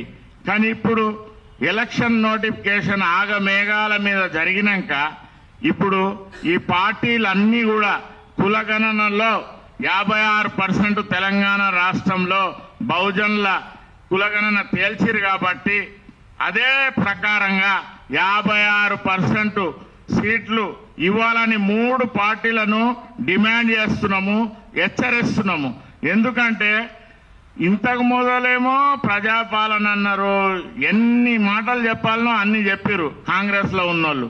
మా ఈ టీపీసీసీ అధ్యక్షుడు కూడా మహేష్ కుమార్ గౌడ్ అయినా, బీసీ సంక్షేమ శాఖ మంత్రి అయినా ఎంబడే స్పందించి మన వాటా మనకు దక్కే విధంగా, బహుజన వాటా దక్కే విధంగా, ఎందుకంటే సీట్లు ఇచ్చేది టీపీసీసీ అధ్యక్షులు కాబట్టి అదే పోరాట పటిమతోని మన వాటా మనకు సాధించే దిశగా మీరు డిమాండ్ చేసి బీసీలను కాపాడాలని ఈ వేదిక ద్వారా మేము డిమాండ్ చేస్తున్నాము, మిమ్మల్ని హెచ్చరిస్తున్నాము కూడా. ఎందుకంటే మీరు బహుజనుల తరపున ప్రాతినిధ్యం వహిస్తున్నారు కాబట్టి మీరు తప్పకుండా ఈ పని చేసి తీరాలి. ఎందుకంటే మా వెనుక ఉన్నది ఎవరో మామూలు వ్యక్తి కాదు, ఈ రాజ్యాంగం తెలిసిన మాజీ ఐఏఎస్ ఆఫీసరు చిరంజీవులు గారు. అందుకే మేమంతా కూడా కుల సంఘాల నాయకులైన BC political front, BC intellectual forum కార్యవర్గ సభ్యులందరం కూడా నిరంతరము బీసీల గురించి హార్ని ఆశలు మేమంతా గట్టిగా బీసీల రిజర్వేషన్ సాధించే దిశగా మేము గట్టిగా పోరాటం చేస్తున్నాము. మేము జరగబోయే పార్లమెంట్ లో కూడా ఈ 2 విడతలల్లా మేము ఢిల్లీ వెళ్తాము. వెళ్ళి మన రిజర్వేషన్ గురించి ప్రతిపక్ష పార్టీలను కలుస్తాము. అధికార పార్టీలో ఉన్న బీసీ ఎవరు పార్లమెంట్ సభ్యులైతున్నారో వాళ్ళందరినీ కూడా కలిసి మేము మన డిమాండ్స్, మన రిజర్వేషన్ మీరు ఏ విధంగా అయితే మాట ఇచ్చిరో, ఎలక్షన్ మొదలు మాట ఇచ్చింది, మళ్ళా కేరళలో ఆర్ఎస్ఎస్ మాట ఇచ్చింది, ఇవన్నీ కూడా సాధించే దిశగా చిరంజీవి గారు సార్ నాయకత్వంలో మేమందరం కూడా పనిచేసి బహుజన రాజ్యం ఏర్పడేదాకా కూడా మేమంతా ప్రయత్నం చేస్తాము. ఇంకా ముఖ్య విషయం ఏంటంటే మీ పత్రికా మీడియా సోదరుల ద్వారా, ఎందుకంటే ఈ 3 అగ్రవర్ణాల పార్టీలే మనకు మాట చెప్పి ఎలక్షన్ జరుపుకుంటాయి, అన్ని చేసుకుంటాయి. ఎక్కడ మన వాటా మనకు ఇచ్చే విధంగా వీళ్ళు మన ఆ పార్టీలలో ఉన్న బీసీ నాయకులు కూడా ఎక్కడ గట్టిగా ప్రయత్నం చేస్తలేరు. కాబట్టి మేము చిరంజీవి గారి సారథ్యంలో ఆయనను ముందుంచి మేము ఒక పార్టీ, బీసీల పార్టీ రిజిస్ట్రేషన్ చేసి పోరాటం చేసి మన వాటా మేము సంపాదిస్తామనే ఈ మీ ద్వారా మేము ఈ తెలంగాణ రాష్ట్ర బడుగు బలహీన వర్గాలందరినీ మేము రిక్వెస్ట్ చేస్తున్నాము. ఎందుకంటే మా అందరికీ మనకు సార్ నాయకత్వం ఉంది కాబట్టి మీరందరూ మాకు అండగా ఉండాలి. మేమేమేం కార్యక్రమాలు చేస్తున్నామో మీరు చూడాలి. అన్నిటికంటే ముఖ్య విషయము, రేపు జరగబోయే మున్సిపాలిటీ ఎలక్షన్లో కూడా గ్రామ పంచాయతీలు అయితే ఎట్లయితే గెలిచిర్రో అట్లా జనరల్ స్థానాలలో కూడా మన బీసీ మహిళలు ఉన్న తాన బీసీ మహిళలు మరియు మన బీసీ సోదరులు జెంట్స్ ఉన్న తాన వాళ్ళు కూడా నిలబడి జనరల్ స్థానాలు గెలవాలి. మన 56% కూడా మనం గెలిచే దిశగా గట్టిగా ప్రయత్నం చేయాలి. మీకు ఏ అవసరం వచ్చినా నిలబడ్డ క్యాండిడేట్లకు మా చిరంజీవి సారు మేము మా ఫోన్ నెంబర్లు ఇస్తాము. మా కార్యవర్గం అంతా కూడా మా బీసీ సోదరులు ఎక్కడున్నా కూడా గెలిచేందుకు మా తోడ్పాటు ఉంటుంది. మమ్మల్ని సంప్రదించవచ్చు. మేమందరం కూడా మీ దగ్గరికి వస్తాము. ఎక్కడైనా బీసీల గెలుపు దిశగా మేము గట్టిగా ప్రయత్నం చేస్తాము. BC intellectual forum, BC political front chairman అయిన నేను బాలగోని బాలరాజు గౌడ్, మా కార్యవర్గం అంతా కూడా బడుగు బలైన వర్గాలకు నిరంతరం అండగా ఉంటాము. ఎందుకంటే ఈ తెలంగాణ రాష్ట్రం ఏర్పడ్డది జయశంకర్ సార్, కొండ లక్ష్మణ్ బాపూజీ, ఇటువంటి మహామహులు ధర్మభిక్షం గారు, దేశం చిన్నమల్లయ్య, చాకలి ఐలమ్మ, అటువంటి వాళ్ళందరినీ కూడా ఆదర్శంగా తీసుకొని మేము పనిచేస్తున్నాము. మేము బీసీల గెలుపుకు మేము తప్పకుండా మీకు అండగా ఉండి మేము తోడ్పాటు అందిస్తాము. గెలిచే దిశ కూడా ప్రయత్నం చేస్తాము. ఈ అవకాశం ఇచ్చిన మా పెద్దలు చిరంజీవి గారికి, మా కార్యవర్గానికి కూడా దండం పెడుతున్నాం. థ్యాంక్ యూ అన్న. మీకు అందరికీ తెలుసు, మీడియా సోదరులందరూ కూడా, ఆనాడు తెలంగాణ రాష్ట్ర సాధన కోసం కేసీఆర్ గారు 4-5 సార్లు రాజీనామా చేసిండు. కేటీఆర్ గారు చేశారు, హరీష్ రావు గారు చేశారు. మా పొన్నం ప్రభాకర్ గౌడ్ అయితే పార్లమెంటులో స్ప్రే కొట్టేసేసే స్ప్రే కూడా ఎదుర్కొని ఆ రోజు ఉన్నటువంటి స్పీకర్ కాళ్ళు నొక్కి తెలంగాణ రాష్ట్ర బిల్లు పెట్టించుకోవడం జరిగింది. అది మొన్ననే జయపాల్ రెడ్డి ఒక స్పీచ్ ద్వారా చూసాం. మరి ఇంత తెగువ చూపిన తెలంగాణ రాష్ట్ర సాధన కోసం ఇంత తెగువ కనపరిచినటువంటి ఈ బీసీ నాయకులు, ఈ యొక్క బీఆర్ఎస్ నాయకులు 56% ఉన్నటువంటి బీసీలకు 42% రిజర్వేషన్ల కోసం పార్లమెంట్లో ఎందుకు కొట్లాడట్లేదు, ఎందుకు రాజీనామా చేయట్లేదు చెప్పాల్సిన అవసరం ఉంది. మీరు రాజీనామా చేసినా చేయకపోయినా, బీసీ రిజర్వేషన్ల పైన మాట్లాడినా మాట్లాడకపోయినా ఇది బీసీల శకం. ఇది నిజంగా బీసీల శకం. 2028 తర్వాత ఈ రాష్ట్రంలో అన్ని రాజకీయ పార్టీలకు టూలెట్ బోర్డు పెట్టుకోక తప్పదు. కాబట్టి ఈ బీసీల శకం మొదలైంది. కాబట్టి ఏదైతే మీరు 17% ఇస్తే మన 52% గెలిపి చూపించినాం. ఇప్పుడు మా సార్ చిరంజీవి గారి ఆధ్వర్యంలో ఈ రాష్ట్రం మొత్తం ఉన్నటువంటి మున్సిపల్ స్థానాల్లో మేమందరం BC political front intellectual forum ఆధ్వర్యంలో తిరిగి 65% బీసీలను గెలిపించే దిశగా మేము పోరాటం చేస్తామని చెప్పేసి విజ్ఞప్తి చేస్తూ ఇప్పుడు మా ముఖ్య అతిథి పెద్దల గౌరవనీయులు మాజీ ఐఏఎస్ ఆఫీసర్ చిరంజీవి గారిని మాట్లాడాల్సిందిగా విజ్ఞప్తి చేస్తా ఉన్నాను. Thank you. నేటి కార్యక్రమానికి అధ్యక్షత వహిస్తున్నటువంటి సోదరులు దుర్గా గౌడ్ గారు, అదేవిధంగా ఈ కార్యక్రమంలో ఒక విశిష్ట అతిథిగా పాల్గొంటున్నటువంటి బాలగోని బాలరాజు గౌడ్ గారు, బీసీ పొలిటికల్ ఫ్రంట్ చైర్మన్, అదేవిధంగా ఈ కార్యక్రమంలో పాల్గొంటున్నటువంటి బైరి శేఖర్ గారు, బీసీ పొలిటికల్ ఫ్రంట్ కన్వీనర్ గారు, ఇల్కట్టి విజయ్ కుమార్ గారు, అంబాల నారాయణ గౌడ్ గారు, చెన్నా శ్రీకాంత్ బీసీఐఎఫ్ గారు, గోలగిరి రజక సంఘం, అదేవిధంగా లింగేష్ యాదవ్, దోమల రాజు, ఇంకా ఇతర అంబాల నారాయణ, ఇతర చాలామంది పెద్దలు ఉన్నారు. అదేవిధంగా ఈ కార్యక్రమంలో పాల్గొంటున్నటువంటి మీడియా మిత్రులందరికీ కూడా నమస్సుమాంజలు. ముఖ్యంగా 3 అంశాలపైన ఈరోజు మీటింగ్ నిర్వహిస్తున్నా. మీకు బ్యానర్లో 2 అంశాలే ఉన్నాయి, ఇంకొక అంశం యాడ్ చేయడం జరిగింది. మొట్టమొదటి అంశం ఏంటంటే, ఇప్పుడు రాష్ట్ర ప్రభుత్వం మున్సిపల్ ఎన్నికల నోటిఫికేషన్ ఇచ్చింది. ఆ మున్సిపల్ ఎన్నికల గురించి ఒకటి. రెండవది, కేంద్ర ప్రభుత్వము వాళ్ళు హౌస్ లిస్టింగ్ ఆపరేషన్స్, అంటే సెన్సస్ అనేది 2 దశల్లో జరుగుద్ది. మొదలేమో హౌస్ లిస్టింగ్ ఆపరేషన్ చేస్తారు, రెండవది యాక్చువల్ సెన్సస్ జరుగుద్ది. ఈ హౌస్ లిస్టింగ్ ఆపరేషన్ సంబంధించిన నోటిఫికేషన్ గురించి మాట్లాడడం జరుగుతుంది. మూడవ అంశం ఏంటంటే, రాష్ట్ర ప్రభుత్వము బీసీ ఫెడరేషన్స్ కు ఈ రాష్ట్రంలో 21 బీసీ ఫెడరేషన్స్ ఉన్నాయి. ఈ ఫెడరేషన్కు ఏం నిధులు వాళ్ళు విడుదల చేస్తున్నారు, ఎందుకు విడుదల చేస్తలేరనే అంశం పైన ఈరోజు మాట్లాడడం జరుగుతుంది. సో మొట్టమొదట మున్సిపల్ ఎన్నికల గురించి మనం మాట్లాడితే ఇప్పటిదాకా మాట్లాడిన ప్రతి వక్త కూడా చెప్పింది ఒకటే, వాళ్ళందరి బాధ ఆవేదన కూడా అంతా ఒకటే. రాష్ట్ర ప్రభుత్వం చట్టపరంగా 42% రిజర్వేషన్ ఇస్తామని ఇవ్వకుండా మోసం చేసి ఎన్నికలకు వెళ్ళింది అనేటువంటి బాధ ప్రతి ఒక్కరు కూడా వ్యక్తం చేసిండ్రు. అది 100% వాస్తవం. వాళ్ళకి ఏమాత్రం కూడా మనసులో ఆలోచన లేదు మేము మోసం చేస్తున్నామని. మాకు కావాల్సింది ఎన్నికలు నిర్వహించుకోవాలి, మా పని మేము చేసుకోవాలి అంతే తప్ప బీసీలకు మేము మాట ఇచ్చినాం, అయ్యో ఈ మాట మేము నెరవేర్చకపోతే రేపు వాళ్ళ ముందు ఒక ద్రోహులుగా నిలబడతామనేటువంటి బాధ ఏమాత్రం కూడా వాళ్ళకు లేదు, ఏ పార్టీకి కూడా లేదు.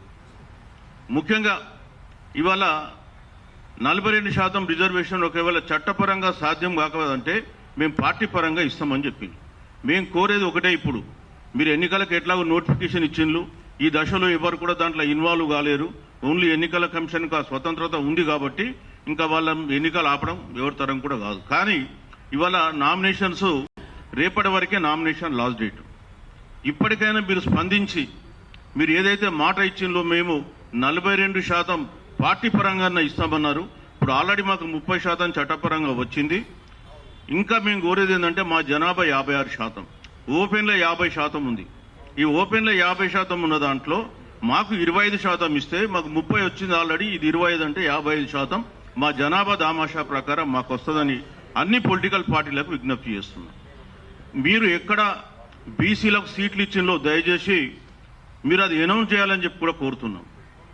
ఒకవేళ మీరు మా బీసీలకు 56% మా జనాభా దామాషా ప్రకారం మీరు ఇవ్వకపోతే 100% మీరు బీసీలకు ద్రోహం చేసిన వాళ్ళే, మీరు బీసీ ద్రోహ పార్టీలుగా మేము చిత్రీకరిస్తాం. ఎన్నికలలో కూడా మేము ఈ పార్టీలకు ఓట్లు వేయొద్దు, వీళ్ళు బీసీలకు ద్రోహం చేసిన విషయం కూడా మేము ప్రచారం చేస్తామని చెప్పి ఈ సభాముఖంగా తెలియజేస్తున్నాం. ఏమి ఎవరబ్బసం అండి, 56% జనాభాని మీరే లెక్కదీస్తారు, 42% ఇస్తామని మీరే చెప్తారు. అన్నింటినీ తుంగలో దుక్కి మీ ఇష్టం వచ్చినట్టు బిహేవ్ చేస్తుంటే బీసీలు బీసీ సంఘాలు చూస్తూ కూర్చోవాలనా? సో అందుకే చెప్తున్నాం మరోసారి, 100% ఈ రాష్ట్రంలో ఇప్పుడు బీసీ వాదం కొంత ప్రబలింది. మొన్న పంచాయతీ ఎన్నికల్లో కూడా దాదాపు 50.30% మేము సీట్లు గెలుచుకున్నాం. ఈ దాంట్లో కూడా 100% 56% మా జనాభా దామాషా ప్రకారం మాకు రావాలని చెప్పి మేము కోరుతున్నాం. మీరు నోటిఫికేషన్ 28 తారీఖు ఇస్తారు, 29 నుంచే నామినేషన్ అంట. అరే ఊపిరి పీల్చుకొని ఇస్తారా లేదా? ఒకవైపు తెలంగాణలో మహాకుంభమేళా నడుస్తుంది, సమ్మక్క సారలక్క జాతర. మన తెలంగాణలో ఉన్న జనాభాలో దాదాపు ఒక 1/3 జనాభా అక్కడ పోయి ఉంటుంది. జనాభాలో మరి వాళ్ళు పండుగ జరుపుకోవాలన్నా లేక ఇక్కడ వచ్చే నామినేషన్లలో ఉండాలన్నా? ఏం తెలంగాణలో పండుగ జరుపుకునే స్వేచ్ఛ కూడా తెలంగాణ ప్రజలకు ఇవ్వకుండా పోతారా? మీరు చేస్తారా? ఇదేనా మీరు నడిపిస్తున్నటువంటి ప్రజాపాలన? ప్రజాపాలన మాట్లాడితే ప్రజాపాలన, ఇదేనా ప్రజాపాలన? అరే నా 28 తారీఖు ఇస్తే 29 నామినేషను, మరి అక్కడ జాతర ఉందన్న విషయం మీకు తెలియదా? అరే ఒక ప్రపంచ స్థాయి జాతర, గ్లోబల్ జాతర, జిల్లాలకు ఖాళీ అయ్యి అక్కడ ఉంటే టకీమని ఇక్కడ నామినేషన్లు పెట్టుకున్నారు.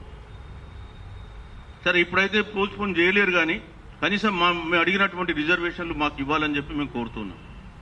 అట్లనే మేము మా బీసీ ఐఎఫ్ కానీ బీసీ పొలిటికల్ ఫండ్ నుంచి చెప్పేది ఏంటంటే,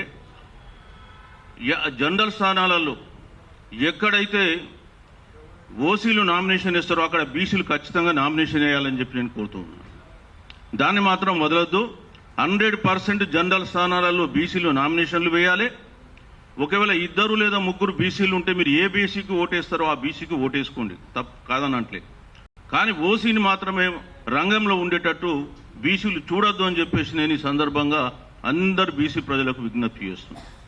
అట్లనే ఎక్కడైనా మీరు ఇబ్బందులు ఎదుర్కొంటే దయచేసి మాకు ఫోన్ చేయండి, మా చేతనైనటువంటి నైతిక మద్దతు మేము ఇస్తామని చెప్పి తెలియజేస్తున్నాం. నిన్ననే చెన్నూరు, మన మంచిర్యాల జిల్లాలో చెన్నూరు మున్సిపాలిటీలో ఒక మార్వాడ్ ఆయన ఘన్శ్యామ్ దాస్, ఆయన దేవుడు అనంట, ఓ బీసీ అతను సిద్ధి రమేష్ యాదవ్ అని, ఆ బీసీ అతను ఏం చేశాడంటే అది బీసీ మహిళకు రిజర్వ్ అయితే వీళ్ళు బీసీ సర్టిఫికేట్ తెచ్చుకున్నారట. మార్వాడీలకు కూడా బీసీ సర్టిఫికెట్లు ఇచ్చేంత ఉదార స్వభావం మన రెవెన్యూ డిపార్ట్మెంట్కి ఈ రాష్ట్రంలో ఉంది. అది ప్రాబ్లం. తెచ్చుకొని నామినేషన్ చేయబోతుంటే ఈయన ఆబ్జెక్షన్ చేస్తే ఇతని శవం ఇంటికి వస్తుందని చెప్పి వాళ్ళు హెచ్చరిస్తే నేను మళ్ళీ మంత్రి వివేక్ గారికి చెప్పడం జరిగింది. వారి కాన్స్టిట్యున్సీ వారు బీఫామ్ ఇవ్వాలి పాపం, అదేవిధంగా నేను యాక్షన్ కూడా తీసుకుంటానని చెప్పింది.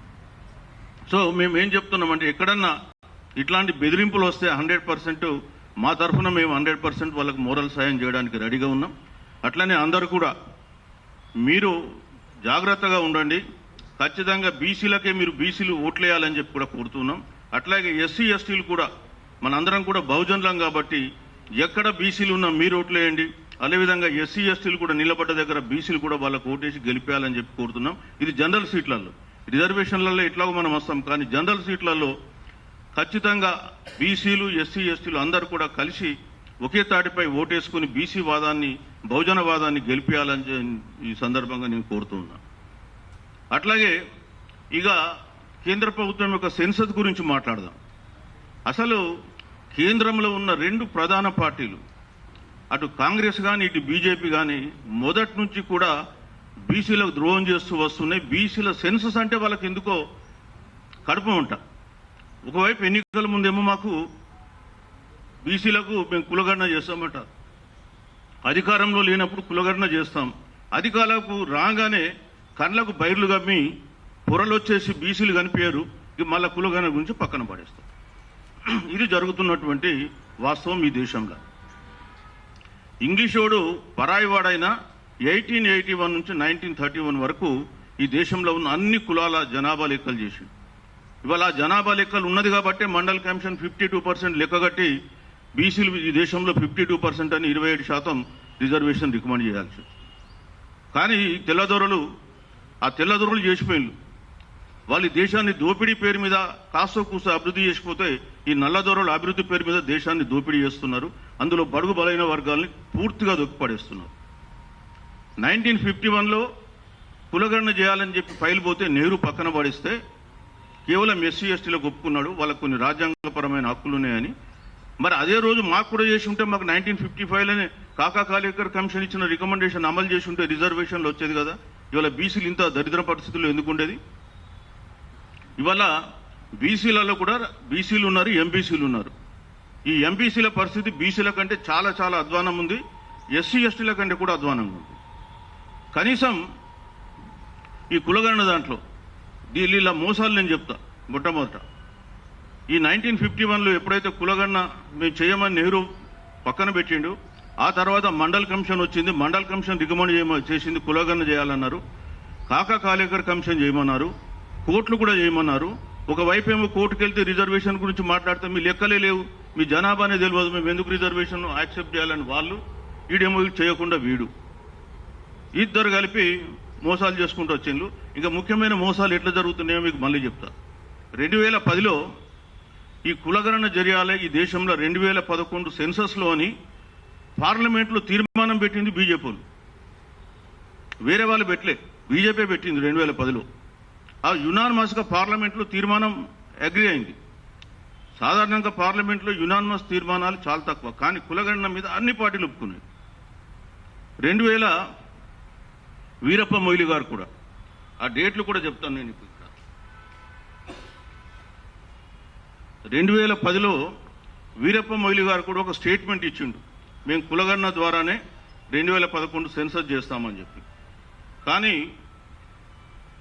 ఏం జరిగిందంటే మార్చి 11, 2010లో వీరప్ప మొయిలి గారు స్టేట్మెంట్ ఇచ్చింది. అదే కాంగ్రెస్లో ఉన్నటువంటి బ్రాహ్మణవాది అయినటువంటి చిదంబరం మే 7, 2010లో లోక్సభలో స్టేట్మెంట్ ఇస్తాడు, మేము సెన్సస్లో కులగణన జరపం, సెన్సస్ బయట సోషో ఎకానమిక్ క్యాస్ట్ సెన్సస్ చేస్తామని చెప్పి దాన్ని సెన్సస్ను డైవర్ట్ చేశాం. ఇదే చిదంబరం గారు మొన్న నవంబర్ 25, 2023లో కలకత్తాలో ఒక ఇంటర్వ్యూ ఇస్తూ ఈ దేశంలో కులగణన జరపాలని చెప్పి స్పష్టంగా చెప్పడం జరిగింది. అంటే నువ్వేమో అధికారంలో ఉన్నప్పుడు 2011లో నీకు కులగణన కనిపించలే, 2025లో మాత్రం నీకు నవంబర్ 25 రోజు కలకట్టాలో, నేను డేట్లతో సహా చెప్తున్నాను, అందుకే కులగణన జరగాల్సిందే అని ఇంటర్వ్యూ ఇస్తాడు. అంటే వీళ్ళకి అధికారంలో లేనప్పుడు ఒక తీరు కనిపిస్తాం, అధికారంలో ఉన్నప్పుడు ఇంకో తీరు కనిపిస్తాం. అట్లనే బీజేపీ కూడా అంతే. 2010లో కులగణన జరపాలని తీర్మానం చేయించి 2000 రాజ్నాథ్ సింగ్ గారు ఆగస్టు 31, 2018 రోజు కులగణన చేస్తాం 2021లో అని చెప్పి పార్లమెంట్లో చెప్పి మళ్ళీ వీళ్ళు ఏం చేసిండ్రు, 2021లో civil appeal number 841/2021 Maharashtra versus union of India, ఈ కేసులో ఏంటంటే అంతకుముందు సోషో ఎకానమిక్ క్యాస్ట్ సెన్సస్ జరిగింది కదా, ఆ లెక్క మాకు ఇవ్వండి, మాకు మున్సిపల్ ఎన్నికలకు వాడుకుంటాం, పంచాయతీ ఎన్నికలకు వాడుకుంటామని మహారాష్ట్ర అడిగితే అందులో తప్పులున్నాయని వీళ్ళు అబద్ధం చెప్పి సుప్రీంకోర్టులో అఫిడవిట్ చేసిండ్రు, మేము కులగణనకు వ్యతిరేకం, ఈ దేశంలో కులగణన జరగడం చాలా అసంభవం అని. ఇదే బీజేపీ వాళ్ళేమో ఒకసారి అధికారంలో లేనప్పుడు 2010లో మేము కులగణన చేయాలని చెప్పి తీర్మానం పెడతారు. 2018లో బీసీలను సంతృప్తి పరచడానికి మేము కులగణన చేస్తామని చెప్పి ఆగస్టు 31 రోజు రాజ్నాథ్ సింగ్ చెప్పి 2019 జనవరిలో ఈడబ్ల్యూఎస్ రిజర్వేషన్ ఇచ్చుకుంటారు ఓసీలకు. అంటే బీసీలను ఎట్లా మోసం చేస్తున్నారని చెప్తున్నారు. ఇవాళనేమో మొన్న బీహార్ ఎలక్షన్స్ ఉన్నాయి, ఆ ఎలక్షన్స్ ఉన్నాయని చెప్పి ఆ ఎలక్షన్స్ ముందు మేము కులగణన చేస్తాం ఈసారి సెన్సస్లో 2027లో అని చెప్పి స్టేట్మెంట్ ఇచ్చి క్యాబినెట్ డెసిషన్ తీసుకున్నారు. కానీ నిన్నాక మొన్న 22వ తారీఖు రోజు, అంటే సెన్సస్ అనేది నేను ఇంతకుముందు చెప్పిన 2 దఫాలుగా జరుగుద్ది. ఒకటేమో హౌస్ లిస్టింగ్ ఆపరేషన్స్ అని జరుగుతాయి. అంటే మొదలే సెన్సస్ మొదలు ఆ ఇల్లు ఎవరిది, ఆ ఇంట్లో ఉంటున్న యజమాని ఎవరు, ఆ ఇంటి స్వభావం ఏంటి, ఆ ఇంట్లో ట్యాప్ అంటే వాటర్ ఉందా, కనెక్షన్ ఉందా, ఫ్లోరింగ్ ఉందా, కరెంట్ ఉందా, టాయిలెట్ ఉందా, ఇట్లా రకరకాల యాంగిల్స్లో వాళ్ళు కలెక్షన్ చేస్తారు డాటా. అది 33 అంశాల మీద కలెక్ట్ చేయమని చెప్పి 22 జనవరి 2026 రోజు ఒక నోటిఫికేషన్ ఇచ్చింది గవర్నమెంట్ ఆఫ్ ఇండియా.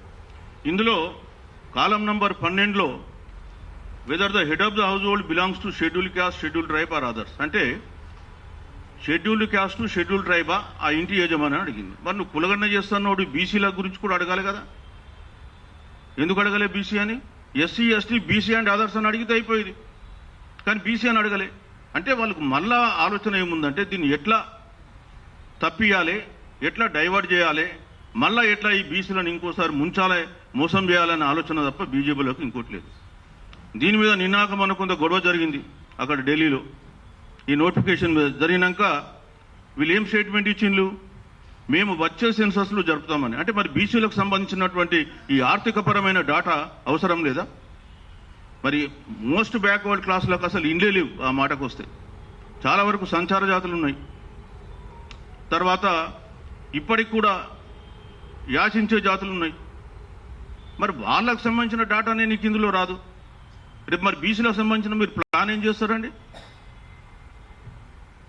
వాస్తవానికి వాళ్ళందరూ కూడా స్వాతంత్రం రాకముందు 1935 నుంచి వాళ్ళందరూ కూడా డిప్రెస్డ్ క్లాసులలో ఉన్నారు. వాళ్ళు షెడ్యూల్ క్యాస్ట్తో ఈక్వల్గా ఉన్నారు వాళ్ళు.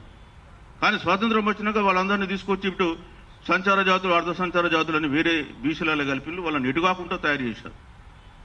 వాళ్ళ డాటా వస్తుంది కదా ఇందులో. దీని గురించి కూడా కాంగ్రెస్ పార్టీ వాళ్ళ అధినాయకుడు మాట్లాడితే 50% సీలింగ్ బ్రేక్ చేస్తా, గోడలు బద్దలు చేస్తా, ఏదో చేస్తానంటైనా మరి ఎంతవరకు చేస్తున్నాడు? నిన్ననే పార్లమెంట్ స్టార్ట్ అయింది, గొడవ పెట్టండి పార్లమెంట్లో దీన్ని మార్చమని. వాళ్ళు ఏం చెప్తున్నారు, మేము వచ్చే సెన్సస్లో చేస్తాం 2027లో. అరే ఇప్పుడు దీంట్లో ఏమైంది, నీకేం నష్టం వచ్చింది ఇలా చేస్తే? ఆ విషయం చెప్తలే. అందుకే బీజేపీ మరొకసారి మోసానికి తెగబడ్డదని చెప్పేసి చెప్పక తప్ప. వాళ్ళు ఎట్లా దీన్ని డైల్యూట్ చేయాలి, సెన్సస్ను ఎట్లా కానియకుండా చూడాలనేది వాళ్ళ ఆలోచన. అందుకే బీసీ ప్రజలారా కొద్దిగా గమనించండి, కళ్ళు తెరవండి అని చెప్తూ ఉన్నాం. ఎందుకంటే ఈ పార్టీలు మీరు కళ్ళు తెరవకపోతే ఇట్లానే మోసం చేస్తాయి. మీరు భుజాల మీద వేసుకొని వాళ్ళని మోసినంతసేపు వీళ్ళని మనం తొక్కుతూనే ఉంటారు. అదే జరుగుతూ ఉంది. ఎంత దగా అండి ఇది.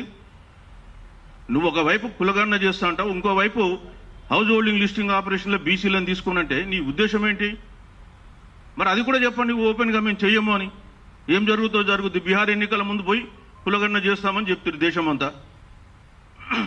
ఇప్పుడు మళ్ళీ ఎలక్షన్స్ ఉన్నాయి కాబట్టి తమిళనాడు, వెస్ట్ బెంగాల్ ఇంకా కొన్ని, సో మళ్ళీ ఒకసారి వచ్చే సంవత్సరం అంటాడు. ఆ వచ్చే సంవత్సరం ఆ తర్వాత ఇప్పుడు కాదు మళ్ళీ ఇంకోసారి అంటాడు. ఎందుకంటే ఇంతకుముందు జరిగింది అదే కదా. 2011లో చేస్తామన్న కాంగ్రెస్ పార్టీ ఏమో మళ్ళీ సోషో ఎకానమిక్ క్యాస్ట్ సెన్సస్ 5,000 కోట్లు ఖర్చు పెట్టి దాన్ని తీసుకెళ్లి చెత్త కుప్పలో పడేశారు ఆ సర్వేను. ఈ రోజు వరకు ఆ సర్వే వెలుగులోకి వెలుగు చూడలే. ఈ పొలిటికల్ పార్టీలు బీసీల జీవితాలతో ఆడుకుంటున్నాయి ఈ దేశంలో.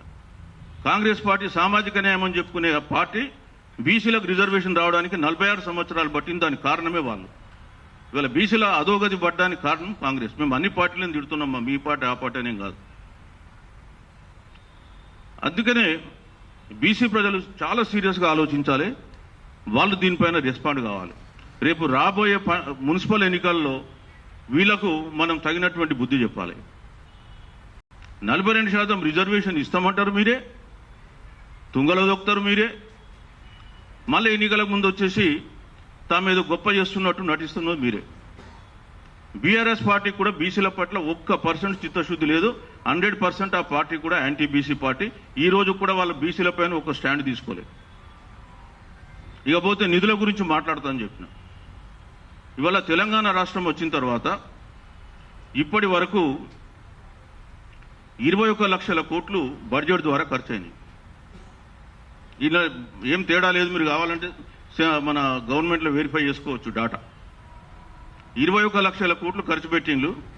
బయట అప్పు తీసుకొచ్చి ఒక 7 లక్షలు ఖర్చు పెట్టిండ్రు. 28 లక్షలు ఖర్చు అయినాయి. 28 లక్షలు ఖర్చు పెట్టి బీసీలకు ఎంత ఖర్చు పెట్టిండ్లే? బీసీ డిపార్ట్మెంట్ ద్వారా 28,700 కోట్లు ఖర్చు పెట్టింది. అరే బీసీలు మనుషుల్లా కనిపిస్తలే మీకు? కాదు 12 ఏళ్లలో 12 సంవత్సరాలలో 28 లక్షల కోట్లు మీరు ఖర్చు పెట్టి బీసీలకు ఇచ్చింది ఎంత? 28,750 కోట్ల చేంజ్ ఉంటుంది. అంటే 1%. అట్లనే అంటే దాంట్లో ఆ పెద్ద మనిషి కూడా ఉన్నాడు. ఎవరు? పాత గవర్నమెంట్లో ఎంబీసీ కార్పొరేషన్ ఒక కార్పొరేషన్ ఏర్పాటు చేసిండు. 2017లో 35 కులాలను చేసిండు. తర్వాత అనాథలను తీసుకొచ్చాను కలిపి 36 కులాలు చేసిండు. 2017లో ఏర్పాటు చేసిన కార్పొరేషన్కు 4,800 కోట్ల బడ్జెట్ కేటాయించి ఖర్చు పెట్టింది ఎంత అంటే 12 కోట్లు. అంటే వీళ్ళు మొదలే అత్యంత నిరుపేదలు, పేదలు. వాళ్ళ బడ్జెట్ కూడా నువ్వు తీసుకుపోయి ఇరిగేషన్ ప్రాజెక్టులలో పెడుతుంది. 12 సంవత్సరాలలో బీసీలో కేటాయించింది 68,000 కోట్లు బడ్జెట్లో. ఈ సంవత్సరం కలుపుకొని 11,200 కోట్లు ఈ సంవత్సరం పెట్టిండు. అంతకుముందు కూడా 9,200 పెట్టిండు. మొత్తం కలిపితే 68,000 కోట్లు అయింది బడ్జెట్. అందులో మాకు పెట్టింది 28,000 కోట్లు. అంటే 40,000 కోట్లు బీసీలకు రావాల్సిన డబ్బులు తీసుకెళ్లి ఇతర ప్రయోజనాలకు వాడుకున్నారు. ఎట్లా వాడుకున్నారో మీకు చెప్తాను నేను. ఇవాళ కాళేశ్వరం ప్రాజెక్టు ఉంది. కాళేశ్వరం ప్రాజెక్టు 2013-14లో 35,000 కోట్లతో స్టార్ట్ అయింది. తుమ్మిడిహట్టి నుంచి వాటర్ తీస్తామని ఆ తుమ్మిడిహట్టిని తీసుకెళ్లి మేడిగడ్డ దగ్గర పెట్టి 85,000 కోట్లు ఖర్చు పెట్టి దాన్ని ఎస్టిమేట్ పెట్టి 90,000 కోట్లు ఖర్చు పెట్టింది ఇప్పటికి. అంతకుముందు తుమ్మిడిహట్టి దగ్గర అక్కడ ఒక 6,000 కోట్లు ఖర్చు అయినాయి. అవన్నీ వృధా అయిపోయినాయి. 96,000 కోట్లు ఖర్చు అయినాయి. ఇప్పుడు అది ప్రాజెక్టు పూర్తి కావాలంటే ఇంకో 1,00,000 కోట్లు కావాలి. ఎవడబ్బ సొమ్ము అంటే ఇది? ప్రాజెక్టుల పేరు మీద దోచుకుని తప్ప. అట్లనే మొన్న స్పెషల్ అసెంబ్లీ సెషన్ పెట్టిండ్రు. మొన్న జనవరి 2 రోజు ఉత్తమ్ కుమార్ రెడ్డి గారు ఒక ప్రజెంటేషన్ ఇచ్చిండు, సాగునీటి శాఖ మంత్రి. ఆయన ఏం చెప్తుండు? పాలమూరు రంగారెడ్డి లిఫ్ట్ ఇరిగేషన్లో 2017లో అడ్మినిస్ట్రేటివ్ శాంక్షన్ ఇచ్చినప్పుడు 28,500 కోట్లు ఆ ప్రాజెక్టుకు శాంక్షన్ ఇచ్చిండు అప్పుడున్న ముఖ్యమంత్రి. తీరా దాన్ని మళ్ళా తీసుకెళ్లి 2010లో సెంట్రల్ వాటర్ కమిషన్కు రిపోర్ట్ ఇచ్చేటప్పుడు జూరాల రిజర్వాయర్ బ్యాక్ వాటర్స్ నుంచి తీసుకెళ్లి శ్రీశైలంకు పెట్టి దాన్ని 65,000 కోట్లకేదో ఎస్టిమేట్ పెంచిండు. వాళ్ళు 28,000 కోట్లు ఖర్చు పెట్టిండ్రు. ఇవాళ వీళ్ళు 7,000 కోట్లు ఖర్చు పెట్టిండ్రు. 35,000 కోట్లు ఒరిజినల్ ప్రాజెక్ట్ కంటే డిజైన్ కంటే ఎక్కువైంది. ఇవాళ అది ప్రాజెక్ట్ కంప్లీట్ కావాలంటే ఇంకా 1,00,000 కోట్లు కావాలంట. అంటే బీసీలకేమో ఎండబెడతారు. వాడు చచ్చిపోయిన పర్వాలే, ఆత్మహత్య చేసుకున్న పర్వాలే, ఏమైనా పర్వాలే, కానీ మీ కమిషన్ల కోసం మాత్రం కాంట్రాక్టర్లకు డబ్బులు దోచిపెడతారు. ఇదే కదా జరుగుతున్నటువంటి తెలంగాణ. సో మరి బీసీలు ఎవరు అడుగుతలే? ఇప్పుడు 42% రిజర్వేషన్ మీద అందరి డైవర్ట్ అయిపోయే వరకే ఇష్టారీతిలో అక్కడ దోసుకుంటుంది. ఈ ప్రభుత్వం కూడా ప్రతి సంవత్సరం కామారెడ్డి డిక్లరేషన్లో 20,000 కోట్లు ఇస్తామని బీసీలకు ప్రామిస్ చేసింది. రాగానే వీళ్ళేదో చిత్తశుద్ధి ఉన్నట్టుగా అప్పటి వరకు 12 కార్పొరేషన్లు ఉంటే కొత్తగా 9 కార్పొరేషన్లు చేసిండు. ఇవాళ మొత్తం 21 కార్పొరేషన్లు ఉన్నాయి. ఈ 21 కార్పొరేషన్ల పేర్లు ఇక్కడ ఉన్నాయి. బీసీ కార్పొరేషన్, ఎంబీసీ, కుమ్మరి శాలువాహన, భట్రాజు, గంగపుత్ర, కృష్ణబలిజ, లింగాయత్, మేదరి, మేర, ముదిరాజు, మునూర్కాపు, నాయి బ్రాహ్మణ, పద్మశాలి, పెరుక, సగర, టాడీ టాపర్స్, వడ్డెర, వాల్మీకి బోయ, విశ్వబ్రాహ్మణ, వాషర్మెన్, యాదవ. ఈ 21 కార్పొరేషన్లకు వీళ్ళు ఏం చేసిండ్రు? మొన్న లాస్ట్ ఇయర్ కూడా 2,800 కోట్లు అలాట్ చేయించిండ్రు. ఈ సంవత్సరం 2,800 కోట్లు అలాట్మెంట్ ఇచ్చిండ్రు. ₹1 రిలీజ్ చేయాలి ఇప్పటి వరకు. అతడి కంటే గనుడు ఆచంట మల్లన్న అన్నట్టుగా వీళ్ళు చేసిన పని అది. వాడన్నా చేయలేరబ్బాయి అనుకుంటే 12 కోట్లు ఖర్చు పెట్టిండు ఎంబీసీ, వీళ్ళు రూపాయి కూడా ఖర్చు పెట్టలేదు. ఈ మరి సంఘాలు ఏం చేస్తున్నాం, మేమేం చేస్తున్నాం మాకైతే అర్థమవుతుంది, ప్రజలు ఏం చేస్తున్నాం.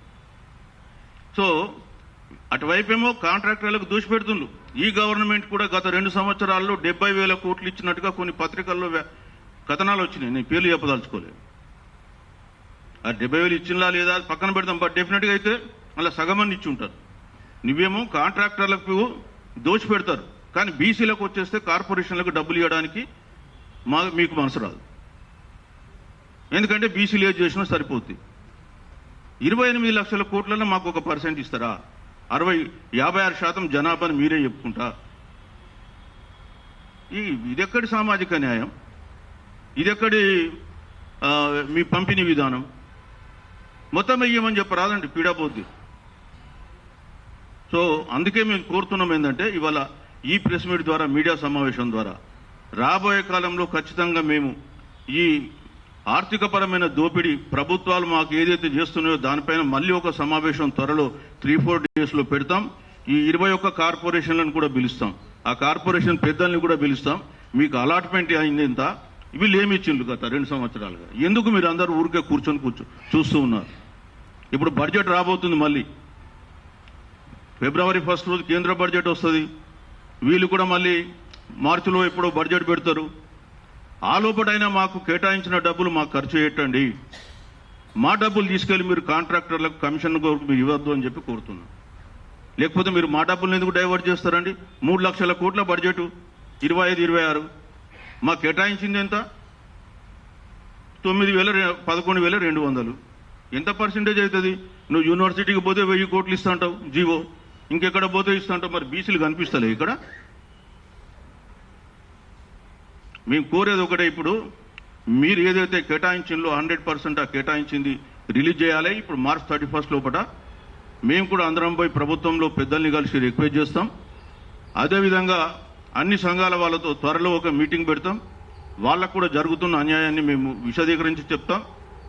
ఇదే పద్ధతి కొనసాగితే బీసీలు ఈ రాష్ట్రంలో ఇంకా వాళ్ళ పరిస్థితి అధ్వానం అవుతుంది, వాళ్ళ అంతర్ధానం అవుతారు, వాళ్ళ అస్తిత్వమే పెద్ద మనుగడలో పడుతుందని చెప్పి తెలియజేస్తుంది.